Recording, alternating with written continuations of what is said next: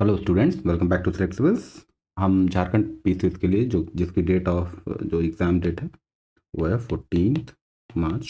Tentative date है obviously. इसलिए हम क्या कर रहे हैं कि पीवाईक्यूज़ के थ्रू हम पूरे पूरे सिलेबस को देखने की कोशिश कर रहे हैं। तो उस ऑर्डर में हमने कई सारे टॉपिक कर लिए थे। अब हम करने जा रहे हैं साइंस एंड टेक में। साइंस एंड टेक का एक जनरल आपको आइडिया दे देते हैं कि कैसे क्वेश्चन आते हैं, क्या होते हैं।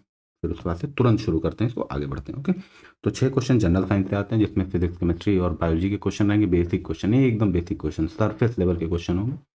ठीक, ज़्यादा डीप में जाके पढ़ने की जरूरत नहीं है। भाई पूछ तो कुछ भी देगा, और लेकिन अभी तक पूछा नहीं है। और दूसरा, टाइम होता तो हम पढ़ते भी, पर टाइम भी नहीं है हमारे पास। तो हम क्या कर रहे हैं, क्विक रिवीजन कर रहे हैं, एक बहुत शार्प रिवीजन करना है। ओके, तो जनरल साइंस के 6 question, agriculture and technological development के 6 क्वेश्चन। एग्रीकल्चर से क्वेश्चन थोड़े से ट्रिकी पूछते हैं, तो उसमें थोड़ा सा हम लीनियंट होकर चल रहे हैं कि आप कुछ भी पढ़ेंगे, एग्रीकल्चर बहुत वास्ट है। एग्रीकल्चर का एक जो बैकग्राउंड का होगा वही कर पाएगा, और मोस्ट ऑफ द पीपल हम लोग एग्रीकल्चर बैकग्राउंड के नहीं है। तो क्या करेंगे, उसमें हम एक लीनियंट चलेंगे कि ठीक है, कर लिया तो कर लिया, वरना उसमें जान देने नहीं जाएंगे 6 क्वेश्चन के लिए। 3 क्वेश्चन वो टेक्नोलॉजी से पूछेगा, जो कि करंट अफेयर में कवर हो जाएगा, और 2-3 क्वेश्चन वो एग्रीकल्चर से पूछेगा। आ गया तो आ गया, वरना मोस्टली क्रॉप क्रॉप वगैरह से पूछता है। ठीक है, अगला क्वेश्चन जो है अगला टॉपिक है जिससे 3 क्वेश्चन पूछेंगे, इन्फॉर्मेशन एंड कम्युनिकेशन टेक्नोलॉजी, जिसको आईसीटी बोलते हैं, उससे पूछेगा। इसमें बेसिक कंप्यूटर साइंस के क्वेश्चन, रैम रोम और बिट एंड बाइट में कन्वर्जन, और जो करंट अफेयर्स में टर्म्स चल रहे हैं, आर्टिफिशियल इंटेलिजेंस से रिलेटेड, चैट जीपीटी वगैरह, जो कि चैटबॉट वगैरह हैं, और लार्ज लैंग्वेज मॉडल वगैरह, इस सब के बारे में पूछेगा। ठीक, तो सबसे पहले हम इस वीडियो में, इसको हम 3 वीडियो में कवर करने की कोशिश करेंगे। पहले वीडियो में हम फिजिक्स, केमिस्ट्री, बायोलॉजी खत्म करेंगे। दूसरे वीडियो में एग्रीकल्चर और जो टेक्नोलॉजिकल डेवलपमेंट हो रहा है एग्रीकल्चर में, उनको देखेंगे। और तीसरे वीडियो में हम इन्फॉर्मेशन एंड कम्युनिकेशन टेक्नोलॉजी को देखेंगे। ठीक, तो सबसे पहला क्वेश्चन जो है वो पूछा गया था 2024 में, पेपर फर्स्ट में पूछा गया था। पूछ रहा है, light year is the unit of. Light year किस चीज़ की यूनिट है? प्रकाश वर्ष इकाई है किस चीज़ की? प्रकाश वर्ष है इकाई दूरी की है, कि समय की है, ऊर्जा की है, या प्रकाश की तीव्रता की है? Light year is the unit of distance, time, energy, intensity of light. तो लाइट ईयर, ईयर से सुनने में लग रहा है कि हो सकता है ये टाइम की यूनिट हो। ईयर, ईयर किस चीज़ की यूनिट है? टाइम की। तो हो सकता है लाइट ईयर भी टाइम की यूनिट हो, तो इसमें कंफ्यूजन हो सकता है, इसीलिए पूछा हुआ है। बट बेसिकली लाइट ईयर किसकी यूनिट है? Light year is the distance of, light year is the unit of distance, ये दूरी की यूनिट है। एक वर्ष में प्रकाश जितनी दूर तय करता है, उसी दूरी को क्या कहते हैं? हम प्रकाश वर्ष कहते हैं। एक वर्ष में, सपोज करते हैं आपने एक टॉर्च जलाया यहाँ, ठीक, ऐसे एक टॉर्च जलाया, यहाँ स्विच ऑन किया आपने, और यहाँ से लाइट निकलना शुरू हुई। ठीक, ऐसे ऐसे लाइट निकल रही।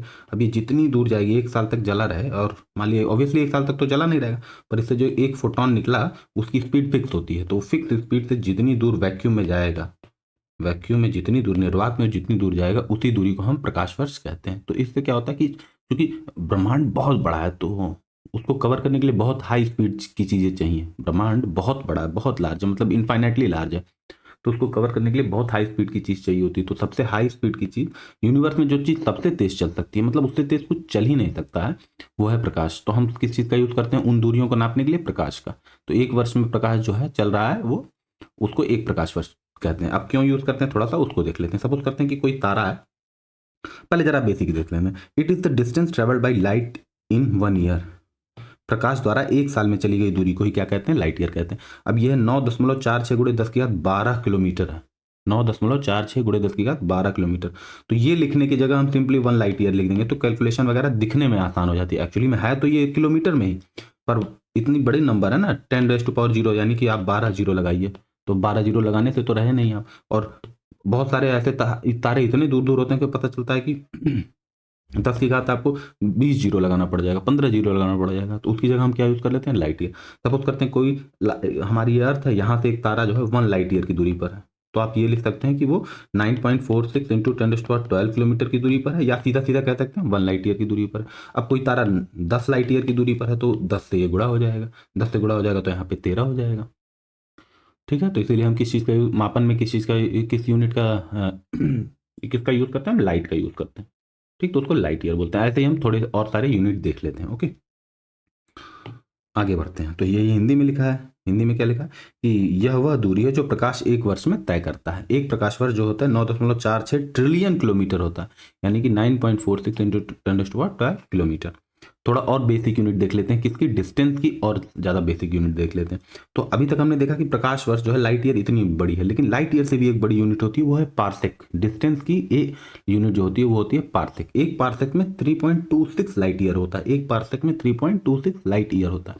तो हम कहें कि कोई ऑब्जेक्ट अर्थ से 1 पार्सेक की दूरी पर है, तो इसका मतलब वो 3.26 लाइट ईयर की दूरी पर है। अब हम 1 पार्सेक क्यों यूज़ कर रहे हैं, क्या होता है सपोज करते हैं ये सन है, यहाँ पे सन है, और अर्थ इसके चारों तरफ क्या कर रही है, ये सन है, और अर्थ इसके चारों तरफ रोटेट कर रही है। तो अर्थ यहाँ से यहाँ गई और यहाँ से यहाँ आई, तो ये एक डायमीटर हो गया। ओके, अब सपोज करते हैं इससे, इस डायमीटर से हम एक एंगल ले लेते हैं। ठीक, एक एंगल यहाँ पे है, एक एंगल, ये एंगल बन रहा है ना ये बीच में, अगर ये एंगल 1 सेकेंड का बन रहा है, 1 सेकेंड का, ये एंगल जो बना है ना यहाँ से डायमीटर से 1 सेकेंड का है, 1 सेकेंड, तो ये जो दूरी होती है ना वो होती है 3.26 लाइट ईयर की।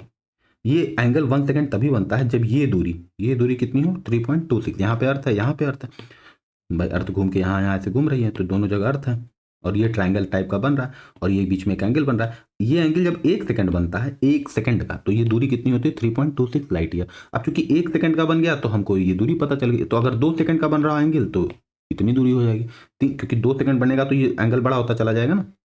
तो इस तरीके से हम पार्सेक का यूज करते हैं। ठीक, बस बेसिकली याद रखना है, इतना भी नहीं जानना है, मैं इतना समझा रहा हूँ, ये जानने की जरूरत नहीं है आपको। लेकिन मैं अगर रीड भी करता चला हूँ तो आप कहेंगे सर तो केवल लिखा हुआ पढ़ रहे हैं, तो इसलिए मैं समझा भी रहा हूँ। पर बेसिकली आपसे पूछ देगा कि पार्सेक किस चीज की यूनिट है, तो पार्सेक भी किस चीज की यूनिट है, डिस्टेंस की। लाइट ईयर भी किस चीज की यूनिट है, डिस्टेंस की। एस्ट्रोनॉमिकल यूनिट किस चीज की डिस्टेंस है, वो किस चीज की यूनिट है, डिस्टेंस की। सन और अर्थ के बीच की जो एवरेज डिस्टेंस होती है उसको 1 AU बोलते हैं, 1 AU। कोई ऑब्जेक्ट हमसे 2 AU की दूरी पर है तो हमसे वो इतना दूर है जितना अर्थ सन से, वो दुगनी दूरी पर है जितना अर्थ सन से। ओके, किलोमीटर आप जानती हैं, मीटर जानते हैं, सेंटीमीटर जान ही रहे हैं। अब देखिए कैसे घटते चला जाता है। मीटर में तो 1 होता है सीधा, सेंटीमीटर में उससे 100 कम होता है, फिर 1000 कम होता है, यानी 10⁻³ होता है, फिर 10⁻⁻6 होता है, फिर 10⁻⁹ होता है। तो 3 के उसमें मल्टीपल में चलता चला रहता है। ठीक, तो जब 12 पर आता है तो क्या हो जाता है, पिकोमीटर होता है। नैनोमीटर 9 पर होता है, ध्यान दीजिए, सेंटीमीटर है, सेंटीमीटर, मिलीमीटर, मिलीमीटर 10⁻³ होता है, माइक्रोमीटर 10⁻⁶ होता है, नैनोमीटर आपको याद रखना है 10⁻⁹ होता है। ठीक, पिकोमीटर क्या होता है, फिर आप लगा देंगे तो 10⁻⁻12 हो जाएगा, और उससे छोटी दूरियों पर जाएंगे तो फेम्टोमीटर आएगा। कितना आएगा, फेम्टोमीटर, तो ये कितना हो जाएगा, 10⁻12 तक तो आ चुके थे, अब कितने पर आ जाएंगे, 10⁻15 मीटर पर। ओके, यानी एक फेम्टोमीटर में, यहाँ मैंने लिखा नहीं, एक फेम्टोमीटर में 10⁻15 मीटर होते हैं। ओके, ये स्मॉलेस्ट पॉसिबल दूरी है। ठीक, हालांकि प्लैंक लेंथ सबसे स्मॉलेस्ट पॉसिबल है, तो उसको अभी नहीं देखना है हमें। तो ये 10 यूनिट आपको याद रखनी है। ठीक, parsec, light year, astronomical unit, kilometre, metre, centimetre, millimetre, micrometre, nanometre and picometre. हम रिवीजन कर रहे हैं तो क्विक कर रहे हैं। ओके तो आपको बताया ना कि एक क्वेश्चन से हम क्या करेंगे, पूरे पूरे चैप्टर को कवर करने की कोशिश करेंगे। तो एक फिजिकल क्वांटिटी के बारे में पूछा है, किसके बारे में पूछा है, डिस्टेंस के बारे में। लाइट ईयर किस चीज की यूनिट है, बताया ना आपको, डिस्टेंस की यूनिट है। तो जरा सा देख लेते हैं कि फिजिक्स में फिजिकल क्वांटिटीज होती क्या। वो राशियां जिनका मापन किया जा सकता है, जिनको करेक्टली मेजर किसी डिवाइस से किया जा सकता है, उन्हीं को हम क्या बोलते हैं, फिजिकल क्वांटिटीज बोलते हैं। और उन्हीं की स्टडी फिजिक्स में की जाती है। नॉन फिजिकल क्वांटिटीज की स्टडी फिजिक्स में नहीं की जाती। आप लोग बहुत सुनते होंगे आत्मा, ब्रह्म, ये सब फिजिक्स में लिखा हुआ, नहीं, कहीं नहीं लिखा है। वेद और फिजिक्स का कोई कनेक्शन नहीं है। वेद अपने आप में श्रेष्ठ है। ठीक, फिजिक्स अपने आप में अलग है। तो फिजिक्स में केवल उन्हीं चीज़ों का मापन होता है, ब्रह्म वगैरह का मापन फिजिक्स में नहीं होता। वो किसकी स्टडी है, वो रिलीजन की, वेदों की। बहुत लोग आप पॉलिटिकल डिबेट में सुनते होंगे कि वेदों में ये कहा गया आत्मा है, परमात्मा, यही फिजिक्स में कहा गया। नहीं, ऐसा कुछ नहीं, फिजिक्स में सब कहा ही नहीं गया। फिजिक्स वेद जितना नहीं है, वेद बहुत श्रेष्ठ है। ठीक, उनको जबरदस्ती मिलाने की कोशिश ना ये कम बुद्धि के लोग करते हैं, उसमें हमको नहीं पढ़ना है। ठीक, तो फंडामेंटल फिजिकल क्वांटिटीज। अब फिजिकल क्वांटिटीज आपको बताया, वो क्वांटिटीज जिनका शुद्ध रूप से मापन किया जा सके उनको क्या बोलते हैं, फिजिकल क्वांटिटीज बोलते हैं, भौतिक राशियां बोलते हैं। कुछ भौतिक राशियां स्पेशल होती हैं, उन भौतिक राशियों को क्या बोलते हैं, फंडामेंटल फिजिकल क्वांटिटीज, मूलभूत भौतिक राशियां, जिनको हिंदी में बोलते हैं मौलिक भौतिक राशियां। इनकी क्या परिभाषा है, fundamental physical quantities are basic independent quantities that can not be expressed in terms of any other physical quantities. इनको किसी और क्वांटिटीज के टर्म में रिप्रेजेंट नहीं किया जा सकता। जैसे दूरी को किसी और टर्म में नहीं रिप्रेजेंट किया सकता। दूरी डायरेक्ट दूरी, आपको एक स्केल रखनी होगी और मेजर करना होगा। समय, घड़ी लेनी होगी, मेजर कर लेना होगा। इसी तरीके से 7 फंडामेंटल क्वांटिटीज होती हैं जो अपने आप में मूलभूत हैं, वो किसी और के ऊपर निर्भर नहीं करती। ये दूरी, ये अब मैंने दूरी खींची, क्या ये डिपेंड करता है कि टाइम क्या हो रहा है, क्या ये डिपेंड करता है कि आप कहाँ पर बैठे हुए हैं, ये दूरी तो फिक्स।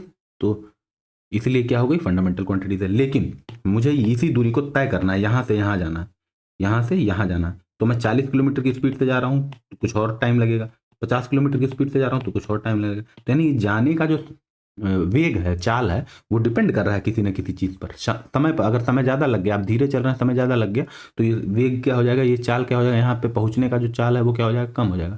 तो यानी चाल जो है किसी बात पर डिपेंड कर रही है। ठीक, तो चाल क्या हो गई, वेग, वेलोसिटी, स्पीड, ये क्या हो गई, फंडामेंटल क्वांटिटी नहीं रहेगी। लेकिन ये दूरी तो फिक्स है, समय फिक्स है। ऐसे हम देखेंगे 7 चीजें हैं। किसी चीज का वजन, मास, वजन नहीं मास, द्रव्यमान, द्रव्यमान। ठीक, वजन तो कुछ और होता है, वेट, वेट, वजन क्या होता है, वेट, वजन, भार जिसको हिंदी में बोलते हैं, ये बदलता रहता है लोगों का, वजन बदलता रहता है लेकिन द्रव्यमान नहीं बदलता है। ठीक, तो द्रव्यमान क्या हो जाएगा, फंडामेंटल फिजिकल क्वांटिटीज होती हैं। और बाकी जो क्वांटिटीज जो इन फिजिकल क्वांटिटीज से डिराइव होती हैं उनको डिराइव्ड फिजिकल क्वांटिटीज बोलते हैं। जैसे वेलोसिटी, एक सेकंड देखिए, वेलोसिटी है ना, वेलोसिटी, वेलोसिटी या स्पीड अलग अलग है, देखेंगे। स्पीड पर क्या होता है, डिस्टेंस अपॉन टाइम। तो किस बात पे डिपेंड कर रही है, स्पीड डिपेंड कर रही है इन दोनों चीजों पर। मतलब आप किस टाइम कितना लग रहा है उस हिसाब से आपकी वेलोसिटी, स्पीड क्या हो रही है, बढ़ रही है। ओके, तो इसीलिए वेलोसिटी कैसी क्वांटिटी हो गई, आपकी डिराइव्ड क्वांटिटी हो गई, व्युत्पन्न राशि, हिंदी में बोले तो व्युत्पन्न राशि। ओके, तो जरा देख लेते हैं, 7 हैं, सातों को देख लेते हैं, मूलभूत राशियों को, फंडामेंटल क्वांटिटीज को देख लेते हैं। तो लेंथ है, लेंथ की यूनिट है मीटर, सिंबल है एम, मास की यूनिट किलोग्राम, सिंबल है केजी, टाइम की यूनिट सेकंड, सिंबल है S. Electric current, electric current एक फंडामेंटल क्वांटिटी है तो इसकी यूनिट क्या है, एम्पियर है, इसको ए से लिखते हैं। टेम्परेचर एक फंडामेंटल क्वांटिटी है, केल्विन, के से लिखते हैं। आप डिग्री में, सेल्सियस में मेजर करते हैं, फ़ारेनहाइट में मेजर करते हैं, लेकिन मेन एसआई यूनिट क्या है, केल्विन है। ठीक, अमाउंट ऑफ सब्सटेंस, किसी के अंदर जो पदार्थ की मात्रा है वो क्या है, वो भी एक फंडामेंटल क्वांटिटी, उसकी यूनिट क्या है, मोल, और इसको कैसे लिखते हैं, MOL। ल्यूमिनस इंटेंसिटी, प्रकाश की तीव्रता या ज्योति तीव्रता, उसकी यूनिट क्या है, कैंडल, इसको किससे लिखते हैं, CD से लिखते हैं। ओके, जरा सा थोड़ा सा और फिजिकल क्वांटिटीज के बारे में देख लेते हैं, उनके फॉर्मूले वगैरह को और उनकी SI यूनिट को देख लेते हैं। ठीक, वेलोसिटी क्या होती है, वेलोसिटी को V से लिखते हैं, V equals to displacement upon time. यहाँ टाइम नीचे दिख नहीं रहा आपको, छूट गया है, तो इसकी यूनिट क्या होगी, फिर से यहाँ छूट गया ना तो लिख देता हूँ। V जो होता है वो होता है डिस्प्लेसमेंट अपॉन टाइम। ठीक, डिस्प्लेसमेंट एक तरीके की दूरी ही है, तो दूरी की यूनिट क्या होती है, मीटर। एक सेकंड, दूरी की यूनिट क्या है, मीटर, इसकी यूनिट क्या है, मीटर, और टाइम की यूनिट क्या हो गई, सेकंड। तो वेलोसिटी की यूनिट क्या हो जाएगी, मीटर अपॉन सेकंड। वेलोसिटी की यूनिट क्या हो जाएगी, मीटर अपॉन सेकंड। उसी तरीके से एक्सेलरेशन, एक्सेलरेशन क्या होता है, चेंज इन वेलोसिटी। जब वेलोसिटी इसमें चेंज होने लगता है तो जो नई क्वांटिटी पैदा होती है उसको एक्सेलरेशन बोलते हैं। तो एक्सेलरेशन बराबर होता है delta we, delta we, delta जो है फिजिक्स में चेंज को बताता है, और वी क्या है, वेलोसिटी। तो वेलोसिटी में चेंज हो रहा है, कितनी टाइम, जितना जल्दी चेंज होगा, जितना टाइम कम टाइम में चेंज होगा, एक्सेलरेशन उतना ज़्यादा होगा। तो वेलोसिटी की यूनिट क्या होती है, ये वी है ना, वी। तो वी की यूनिट अभी हमने देखी मीटर अपॉन सेकंड है, मीटर अपॉन सेकंड, यहाँ देखिए ना मीटर अपॉन सेकंड है, ये दिख रहा है ना आपको, मीटर अपॉन सेकंड। तो एक मीटर अपॉन सेकंड हो गई, और एक टाइम ऑलरेडी यहाँ पर नीचे है, तो सेकंड क्या हो जाएगा, स्क्वायर हो जाएगा। तो एक्सेलरेशन की यूनिट क्या हो जाएगी, मीटर पर सेकंड स्क्वायर। इसी तरीके फोर्स को एफ से लिखते हैं, फोर्स का formula F equal to M A होता है, ये न्यूटन का सेकंड लॉ है।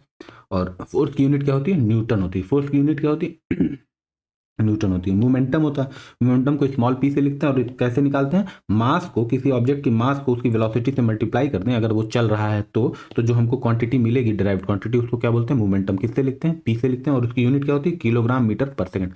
अब कैसे होती है, मास की यूनिट क्या होती है, किलोग्राम। कैसे पता है हमको, मास की यूनिट हमने यहाँ क्या लिखी है, फंडामेंटल क्वांटिटी है ना, उसकी यूनिट क्या है, किलोग्राम।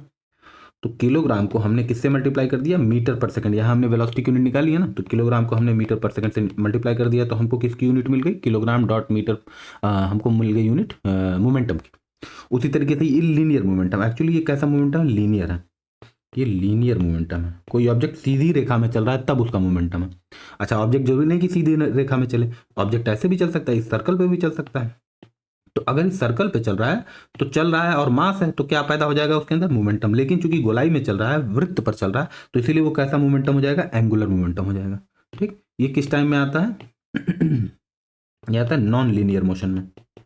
अगर सीधी रेखा में गति नहीं हो रही है तो हमको उसको क्या बोलते हैं, एंगुलर मोमेंटम।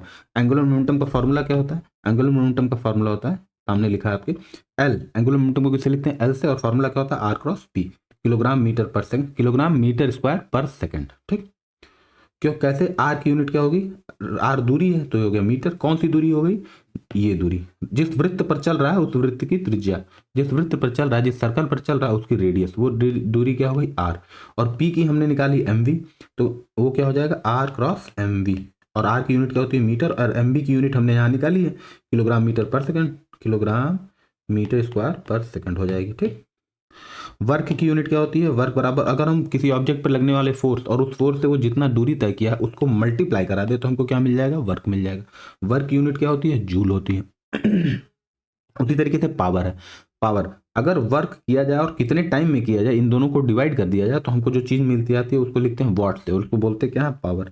उसी तरीके से प्रेशर होता है, फोर्स अपॉन एरिया, कितने एरिया पे कितना फोर्स लग रहा है उसको हम क्या बोलते हैं, प्रेशर बोलते हैं। काइनेटिक एनर्जी, काइनेटिक एनर्जी किसी कोई ऑब्जेक्ट, जैसे आपको क्या है, कोई बहुत तेजी से, कैसे हमको पता चलता है काइनेटिक एनर्जी होती है, मान ली एक बॉल आ रही है, धीरे आ रही है, बहुत हल्के बैट से लगी और आपके हाथ में आई, चोट नहीं लगी, लेकिन किसी ने बहुत तेज फेंका तो आपके हाथ में चोट लगेगी, तो इसका मतलब बॉल में एनर्जी है, और एनर्जी किस बात पे डिपेंड करेगी कि बॉल धीरे आ रही है कि तेज आ रही है। तो इसीलिए अगर कोई ऑब्जेक्ट चल रहा है और तेज चल रहा है तो उसके अंदर बहुत ज़्यादा काइनेटिक एनर्जी होगी। चल रहा है तो एनर्जी होगी, लेकिन ज़्यादा होगी कम होगी किस बात पे डिपेंड करता है कि उसकी वेलोसिटी क्या होती है, क्या होगी, तो v पे डिपेंड करता है। ठीक, तो काइनेटिक एनर्जी फॉर्मूला क्या हो जाएगा, half mv square. Okay okay, तो अगला बचता है हमारा ग्रेविटेशनल, ग्रेविटेशनल नहीं, ग्रेविटी सिंपल सा होना चाहिए, ग्रेविटेशनल फोर्स लिख लो, यहाँ पे दिख नहीं रहा, ये टेबल गड़बड़ बन गया, इसको ग्रेविटेशनल फोर्स। तो सारे फोर्स की यूनिट न्यूटन होती है, कोई सा भी फोर्स हो उसकी यूनिट क्या होती है, न्यूटन ही होती है।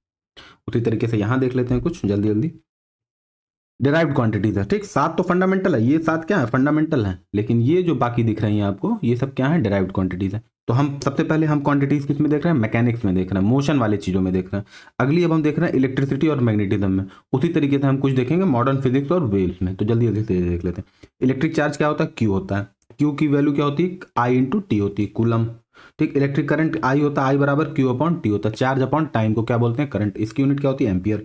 वोल्टेज क्या होता है, वोल्टेज को अगर हम डब्लू वर्क से, जो वर्क काम किया है, मान लिया एक टॉर्च है, सॉरी एक सेल है, एक सेल का ये सिरा, एक सेल का ये सिरा, यहाँ से यहाँ तक ले जाने में इलेक्ट्रॉन मूव करता है ना, तो इलेक्ट्रॉन को यहाँ से यहाँ तक ले जाने में कितने इलेक्ट्रॉन को ले जाने में जो वर्क करना पड़ा है, वर्क करना पड़ा होगा। बैटरी को, जैसे मोटर को पानी ऊपर चढ़ाने में वर्क करना पड़ता है ना, तो बैटरी को भी क्या होता है, एक एरिया से दूसरे एरिया में ले जाने में क्या करना पड़ता है, वर्क करना पड़ता है। उस वर्क को और कितना चार्ज वो लेकर गया है, कितने इलेक्ट्रॉन लेकर गया है, दोनों को डिवाइड करते हैं तो उस बैटरी का हमको क्या मिल जाता है, हमको पोटेंशियल या वोल्टेज मिल जाता है।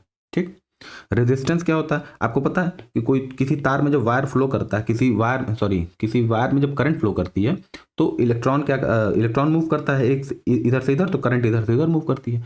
तो अंदर जो एटम्स और तमाम तरीके के जो पार्टिकल्स होते हैं वो क्या करते हैं, इलेक्ट्रॉन के मोशन का अपोज करते हैं, इधर जाने नहीं देते हैं। तो उसी अपोज को हम क्या बोलते हैं, रेजिस्टेंस बोलते हैं। और वोल्टेज और आई का वो क्या होता है, रेशियो होता है, इसकी वैल्यू क्या, यूनिट क्या होती है, ओम होती है। उसी तरीके से इलेक्ट्रिक फील्ड होता है। इलेक्ट्रिक फील्ड क्या होता है, सपोज करते हैं कोई चार्ज रखा हुआ है, यहाँ पर एक फंडामेंटल चार्ज क्यू रखा हुआ है और अपने चारों तरफ वो इलेक्ट्रिक फील्ड ऐसे बना रहा है। ठीक, और यहाँ पर एक दूसरा हमने चार्ज रख दिया, तो इस चार्ज पर वो जितना फोर्स लगा रहा होगा और इस चार्ज की वैल्यू से, अगर इस चार्ज की वैल्यू से हम डिवाइड कर दें तो जो चीज़ हमको मिलेगा वो इस चार्ज की क्या मिल जाएगी, इलेक्ट्रिक फील्ड की इंटेंसिटी मिल जाएगी।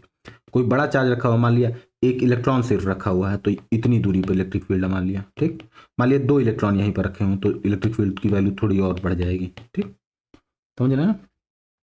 इलेक्ट्रिक पावर क्या होता है, वोल्टेज अपॉन करंट होता है, वोल्टेज मल्टीप्लाइड बाय करंट होता है। कैपेसिटेंस हम फिजिक्स में पढ़ते हैं, वो अगर चार्ज को और हम वोल्टेज को डिवाइड कर दे तो हमको क्या मिल जाएगा, कैपेसिटेंस मिल जाएगा, और यूनिट क्या होती है, फैरेड। मैग्नेटिक फील्ड क्या होती है, मैग्नेटिक फील्ड एफ टेस्ला, सिर्फ इतना याद रखना, मैग्नेटिक फील्ड की यूनिट क्या होती है, टेस्ला होती है। मैग्नेटिक फोर्स की यूनिट, कोई भी फोर्स तो आपको बताया ना, यूनिट क्या होगी, न्यूटन होगी। ओम्स लॉ क्या कहता है, ये कोई वो है नहीं, मतलब ओम्स लॉ सिर्फ लॉ है। तो ओम्स लॉ क्या होता है, वोल्टेज को अगर करंट और रेजिस्टेंस से डिवाइड कर दे तो हमको एक क्वांटिटी, एक रिलेशन मिलता है, वो होता है V equals to I R. उस रिलेशन को हम क्या बोलते हैं, ओम्स लॉ बोलते हैं। ठीक, अगले चलते हैं मॉडर्न फिजिक्स ऑफ वेव्स में देख लेते हैं। फ्रीक्वेंसी को एफ से लिखते हैं और इसका क्या होता है, यूनिट हर्ट्ज होता है। वेवलेंथ की यूनिट, वेवलेंथ को लैम्डा से लिखते हैं, ये क्या होती है, मीटर होती है वेवलेंथ। ठीक, वेवलेंथ क्या होती है, ये वेव है ना, ऐसे वेव चल रही, तो ये इसको बोलते हैं क्रस्ट, और इसको क्या बोलते हैं, क्रस्ट। दो कंसेक्यूटिव क्रस्ट की दूरी को हम क्या बोलते हैं, वेवलेंथ। दो कंसेक्यूटिव क्रस्ट की या दो कंसेक्यूटिव ट्रफ की, इसको नीचे वाले को ट्रफ बोलते हैं, इन दोनों के बीच की दूरी को क्या बोलते हैं, लैम्डा। और ये चूंकि दूरी है तो यूनिट क्या हो जाएगी इसकी, मीटर हो जाएगी। ओके, रेडियो एक्टिविटी की यूनिट क्या होती है? बेकुरल होती है। सिर्फ यूनिट पढ़ना, बाकी नहीं जाना। हाफ लाइफ जाने देते हैं। एनर्जी ऑफ फोटोन, फोटोन कोई भी एनर्जी होगी उसकी यूनिट क्या होगी? जूल होगी। ध्यान दीजिए, यहाँ बताया ना एनर्जी, यहीं कहीं बताया होगा। काइनेटिक एनर्जी या कोई भी एनर्जी हो तो यूनिट क्या होगा? जूल होगा। तो उसी तरीके से एनर्जी, फोटोन की एनर्जी की भी यूनिट क्या होगी? जूल होगी। मास एनर्जी जो आइंस्टाइन का फेमस इक्वेशन है, E बराबर mc², उसकी भी यूनिट क्या होगी? चूंकि एनर्जी एनर्जी के बारे में बात कर रहे हैं ना, E के बारे में, तो एनर्जी यूनिट क्या होगी उसकी? जूल होगी। इंटेंसिटी, तीव्रता, वेव की इंटेंसिटी वो क्या होती है? P/8 वाट पर metre square, power upon area. कितने एरिया में कितने पावर की वेव आ रही है उसको हम उस वेव की क्या बोलते हैं? इंटेंसिटी बोलते हैं।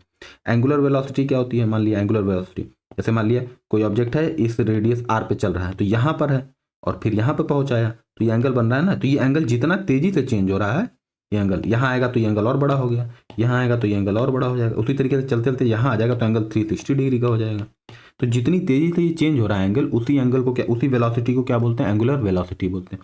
थीटा अपॉन टी होता है, जो एंगल चेंज हो रहा है ना, ये थीटा, उसकी यूनिट क्या होती है? रेडियन अपॉन सेकंड होती है। ठीक। सेंट्रीपिटल फोर्स, कोई भी फोर्स हो यूनिट क्या होगी? न्यूटन होगी।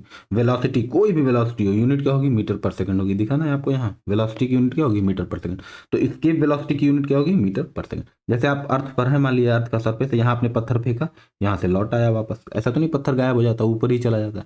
लेकिन क्या है कि एक खास वेलोसिटी से आप फेंक देंगे अगर, तो स्केप कर जाएगा, अर्थ की ग्रेविटी को क्या कर जाएगा? स्केप कर जाएगा। तो उसी वेलोसिटी को 11.2 किलोमीटर पर सेकंड होती है। अर्थ से अगर किसी पत्थर को आपको हमेशा के लिए गायब कर फेंक देना, अर्थ की वापस लौट करना है, तो वो उसको क्या बोलते हैं? स्केप वेलोसिटी बोलते हैं। ठीक। 11.2 किलोमीटर पर सेकंड होती है, उसकी यूनिट भी क्या होती है? मीटर पर सेकंड होती है। अगला question, what do we call the distance between two consecutive compression of sound wave? ठीक, आपको अभी बताया वेव है ना, तो दो consecutive compression of sound wave को हम क्या बोलते हैं? वेवलेंथ बोलते हैं। क्या बोलते हैं? वेवलेंथ। अभी पीछे आपको बताया। ओके, आंसर क्या हो जाएगा? तरंग दैर्घ्य। ये है ना, जैसे कुछ वेव ऐसे चलती हैं, ऐसे ऐसे, लेकिन साउंड ऐसे ऐसे नहीं चलती। साउंड चलती है, एक सेकंड इसको इरेज करें। साउंड जो है बच्चों ऐसे चलती है, ये साउंड यहाँ कंप्रेस होगी, यहाँ पास पास होंगे साउंड के एयर के पार्टिकल। साउंड केवल एयर में चल सकती है, मीडियम में चल सकती है, मतलब जो सॉलिड लिक्विड गैस में, वैक्यूम में साउंड नहीं चल सकता। तो यहाँ पास पास कुछ होते हैं, फिर थोड़े थोड़े दूर दूर पे होते हैं, फिर पास पास पे होते हैं। ठीक, यहाँ दूर दूर है पार्टिकल। ठीक, यहाँ पास पास है, यहाँ दूर दूर है, यहाँ पास पास, इस तरीके से चलती है। तो इस कंसेक्यूटिव दूर, कंसेक्यूटिव ये जो पास पास है ना, कंप्रेशन है, और इसको रेयर फ्रैक्शन बोलते हैं। यहाँ दूरी है, यहाँ दूरी है। तो इन दो क्रमागत, इन दो कंसेक्यूटिव कंप्रेशंस को हम क्या बोलते हैं? वेवलेंथ बोलते हैं, लैम्डा। इन दो कंसेक्यूटिव रेयर फ्रैक्शंस को क्या बोलते हैं? वेवलेंथ, लैम्डा बोलते हैं। जैसे इसमें होता था ना, इसमें ऊपर नीचे की बात होती है, ये दो कंसेक्यूटिव ऊपर और दो कंसेक्यूटिव नीचे, दोनों बराबर होते हैं डिस्टेंस, उसको क्या बोलते हैं? लैम्डा बोलते हैं। उसी तरीके से दो कंसेक्यूटिव कंप्रेशन, कंप्रेस हो रही है, यहाँ पे एयर के पार्टिकल या उस मीडियम के पार्टिकल क्या है? कंप्रेस है, और यहाँ पर क्या है? दूर दूर है, यहाँ पर क्या है? दूर दूर है, यहाँ फिर क्या है? कंप्रेस है, फिर क्या होंगे? दूर दूर होंगे, फिर क्या होंगे? कंप्रेस होंगे। तो इस तरीके से अंत में कान पे हमारे साउंड पहुंचती है। यहाँ दिख रहा है ना, यहाँ पास पास है, थोड़ा डार्क दिख रहा है, फिर यहाँ क्या है? दूर दूर है, फिर यहाँ क्या है? पास है, दूर है, पास है, दूर है, फिर पास है, फिर दूर है, फिर पास है। तो इस तरीके से एक बन रहा है, जैसे वेव बन रही है। ठीक, तो ये साउंड वेव है। The distance between two consecutive compressions और टू कंसेक्यूटिव रेयर फ्रैक्शंस, इसको कंप्रेशन बोलते हैं, और जो दूर दूर है उसको रेयर फ्रैक्शन बोलते हैं। In a sound wave is called wavelength, lambda. Lambda से लिखते हैं। Wavelength is the distance between two nearest point in the same phase of the wave. जो फेज, ये देखो ये फेज क्या है? सेम है। ये फेज क्या है? सेम है। ये फेज क्या है? सेम है। ये फेज सेम है। उसी तरीके से ये फेज सेम है, ये फेज सेम है, ये फेज सेम है। तो इनके बीच की इनके बीच की दूरी को ही हम क्या बोलते हैं? वेवलेंथ बोलते हैं। ओके, थोड़ा सा वेव की डिफिनेशन देख लेते हैं। A wave is a disturbance that transfers energy from one point to another without permanent transfer of matter. ठीक, वेव क्या करती है? एक बिंदु से दूसरे बिंदु तक ऊर्जा को ले जाने का काम करती है, बिना पदार्थ को ले जाए हुए। अब टाइप ऑफ वेव देख लेते हैं। वेव की टाइप कितनी होती है? बेस्ड ऑन मीडियम, किस मीडियम में चल रही है उस आधार पर वेव कितनी होती है। तो एक होती है मैकेनिकल वेव्स और एक होती है इलेक्ट्रोमैग्नेटिक वेव्स। मैकेनिकल वेव्स वो वेव्स होती हैं जिनको चलने के लिए मीडियम की जरूरत है, वैक्यूम में जो नहीं चल सकती, उनको हम बोलते हैं यांत्रिक तरंगे। और वो वेव जिनको चलने के लिए मीडियम की जरूरत नहीं होती, उनको बोलते हैं विद्युत चुंबकीय तरंगे या इलेक्ट्रोमैग्नेटिक वेव।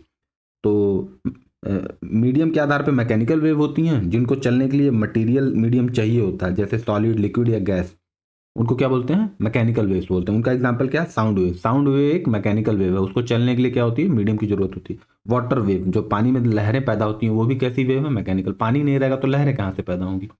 इलेक्ट्रोमैग्नेटिक वेव, वो जिनको चलने के लिए मीडियम की जरूरत नहीं होती है, जैसे सन और अर्थ के बीच में कुछ नहीं है, बिल्कुल खाली है, यहाँ तक, यहाँ तो एटमॉस्फेयर है लेकिन यहाँ तक बिल्कुल खाली है, तो फिर भी लाइट यहाँ से यहाँ पहुँचाती है, इसलिए क्योंकि लाइट एक नॉन मैकेनिकल वेव है या इलेक्ट्रोमैग्नेटिक वेव है, जिसको चलने के लिए मीडियम की जरूरत नहीं होती और वो वैक्यूम में भी चल सकती है। तो विद्युत चुंबकीय तरंगे क्या होती हैं, एक नॉन मैकेनिकल वेव होती हैं। तो माध्यम के आधार पर वेव दो होती हैं, एक मैकेनिकल होती हैं और एक इलेक्ट्रोमैग्नेटिक होती है। मैकेनिकल वो होती हैं जिनको चलने के लिए मीडियम चाहिए होता है, नॉन इलेक्ट्रोमैग्नेटिक वेव होती हैं जिनको चलने के लिए मीडियम नहीं होता। ज़्यादातर क्या, सारी वेव क्या है, मैकेनिकल ही है, सिवाय एक के इलेक्ट्रोमैग्नेटिक वेव या जिसको लाइट भी बोलते हैं, वो क्या है, वो इलेक्ट्रोमैग्नेटिक वेव जो हमारी आंखें देख सकती हैं उनको हम लाइट बोलते हैं। ठीक, अभी वो भी देखेंगे। वो इलेक्ट्रोमैग्नेटिक वेव, वो ईएम वेव जिनको हमारी आंखें देख सकती हैं, समझ डिटेक्ट कर सकती हैं, उनको हम बोलते हैं लाइट। उन वेव को क्या बोलते हैं, लाइट। जिनको नहीं देख सकती उनको लाइट नहीं बोलते, जैसे अल्ट्रा वायलेट हो गया, इंफ्रारेड हो गया, ये हमारी आंखें नहीं देख सकती, लेकिन वो हैं क्या, इलेक्ट्रोमैग्नेटिक वेव ही हैं। वो वेव जिनको हमारी आंखें देख सकती हैं, वो इलेक्ट्रोमैग्नेटिक वेव जिनको हमारी आंखें देख सकती हैं, उनको लाइट बोलते हैं। अच्छा, अभी तक हमने मीडियम के आधार पे देखा था, अब हम देख लेते हैं जरा डायरेक्शन ऑफ वाइब्रेशन। या तो वेव ऐसे ऐसे इस तरीके से वाइब्रेट करेगी, या तो वेव ऊपर नीचे वाइब्रेट करेगी। तो अगर इधर चल रही, मान लिया वेव इधर चल रही है, इधर आगे बढ़ रही और वाइब्रेट भी ऐसे ऐसे कर रहे हैं, एयर पार्टिकल वाइब्रेट भी इसी डायरेक्शन में करना है। जिस डायरेक्शन में वेव चल रही है उसी डायरेक्शन में पार्टिकल भी वाइब्रेट कर रहे हैं। अच्छा, यहाँ पर क्या हो रहा है, इस वेव में वेव तो ऐसे ऊपर नीचे चल रही, ऊपर जा रही, नीचे जा रही, ऊपर जा रही, नीचे जा रही, लेकिन वेव के पार्टिकल ऊपर जा रहे हैं, नीचे जा रहे हैं, लेकिन वेव बढ़ किधर रही है, आगे। पार्टिकल ऊपर नीचे हो रहे हैं और वेव किधर बढ़ रही है, आगे बढ़ रही है। तो इन दोनों के बीच में 90 डिग्री का एंगल है। और इससे पहले वाला हमने देखा था कि वेव चल रही है इधर और पार्टिकल वाइब्रेट भी क्या कर रहे हैं, इधर ही कर रहे हैं, इधर ही कर रहे हैं। तो दोनों का डायरेक्शन सेम है। इसमें और दूसरे वाले में क्या है, एक दूसरे के परपेंडिकुलर है। तो इस आधार पर दो वेव दो तरीके की होती हैं। ट्रांसफर वेव वो होती है, ये वाली वेव क्या होती है, ट्रांसफर वेव। बढ़ किधर रही है, इधर, लेकिन वेव के जो मटेरियल के पार्टिकल हैं वो किधर मूव कर रहे हैं, ऊपर नीचे, तो परपेंडिकुलर मूव कर रहे हैं इसके। तो इन तरीके के वेव को ट्रांसवर्स वेव बोलते हैं या अनुप्रस्थ तरंगे बोलते हैं।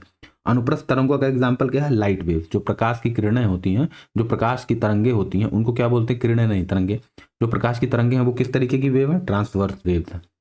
वाटर सरफेस, जो वाटर सरफेस, पानी के सरफेस पर जो तरंगे पानी की वजह से पैदा होती हैं, वो भी क्या वेव है, ट्रांसवर्स वेव है। ठीक, इनमें क्रस्ट और ट्रफ होता है। ये जो ऊंचाई होती है वो क्रस्ट बोलते हैं, और जो ये नीचाई होती है उसको क्या बोलते हैं, ट्रफ। ये है क्रस्ट, ये जो ऊंचाई है टॉप पर है इसको क्रस्ट बोलते हैं, और ये जो सबसे बॉटम में उसको क्या बोलते हैं, ट्रफ। ठीक, श्रिंग और गर्थ, इसको क्या बोलते हैं, श्रिंग और गर्थ। ये गर्थ में बोलते हैं ना, गर्थ में चले गए।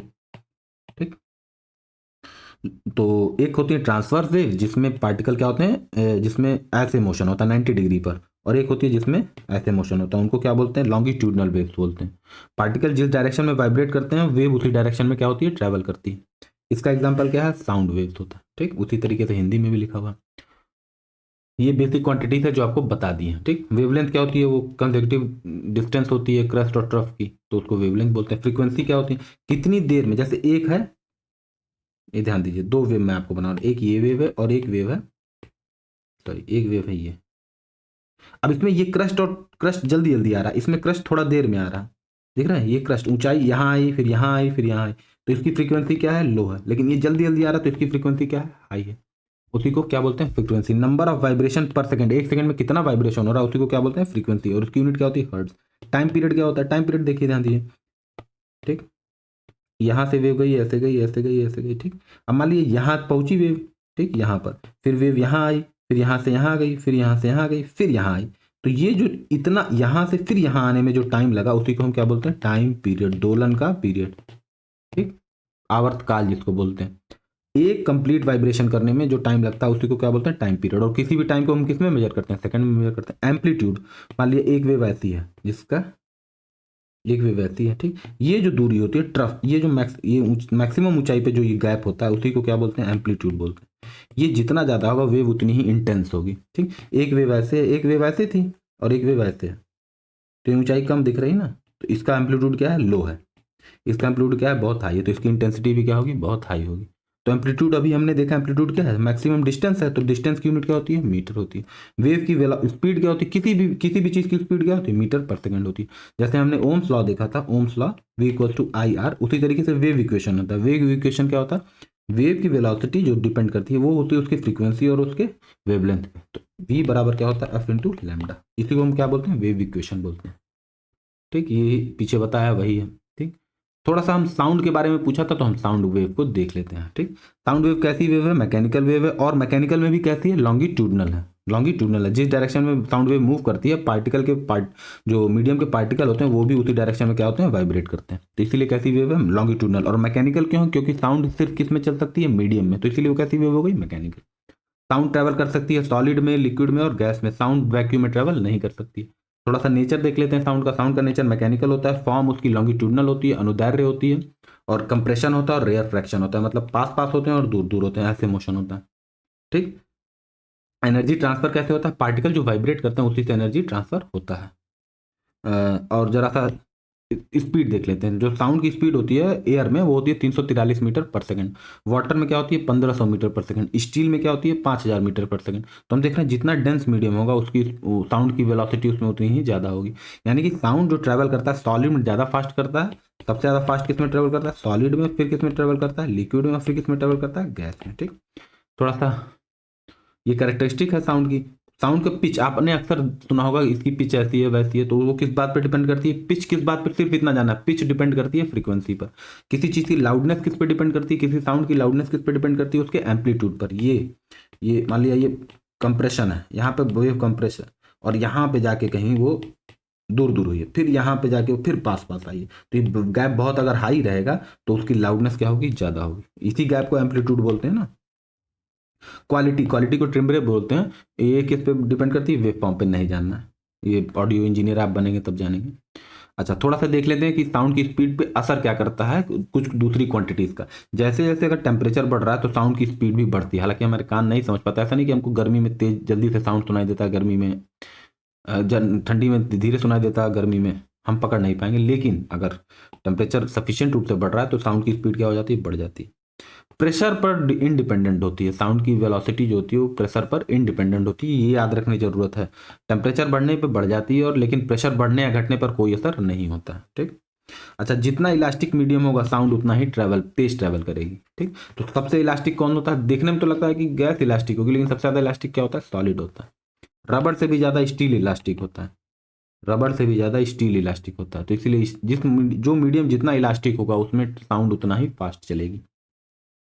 ठीक, थोड़ा साउंड के टाइप देख लेते हैं। इंफ्रासोनिक होती है, तीन तरीके की साउंड होती है। एक इंफ्रासोनिक होती है, एक ऑडिबल होती है, और एक अल्ट्रासोनिक होती है। वो साउंड जिनकी फ्रीक्वेंसी 20 हर्ट्ज से कम होती है, वो साउंड जिनकी फ्रीक्वेंसी 20 हर्ट्ज से कम होती है, यानी कि एक बार में बस 20 बार कंप्रेशन और रेयर फ्रैक्शन होता है, उनको बोलते हैं इंफ्रासोनिक। ये हम सुन नहीं सकते हैं। अब श्रव्य तरंगे होती हैं, इनको हम सुन नहीं सकते हैं। 20 हर्ट्ज से नीचे की फ्रीक्वेंसी होती है। जब अर्थक्वेक आता है तब ये साउंड जनरेट होती है। एलिफेंट्स कभी कभी ये साउंड जनरेट करती हैं।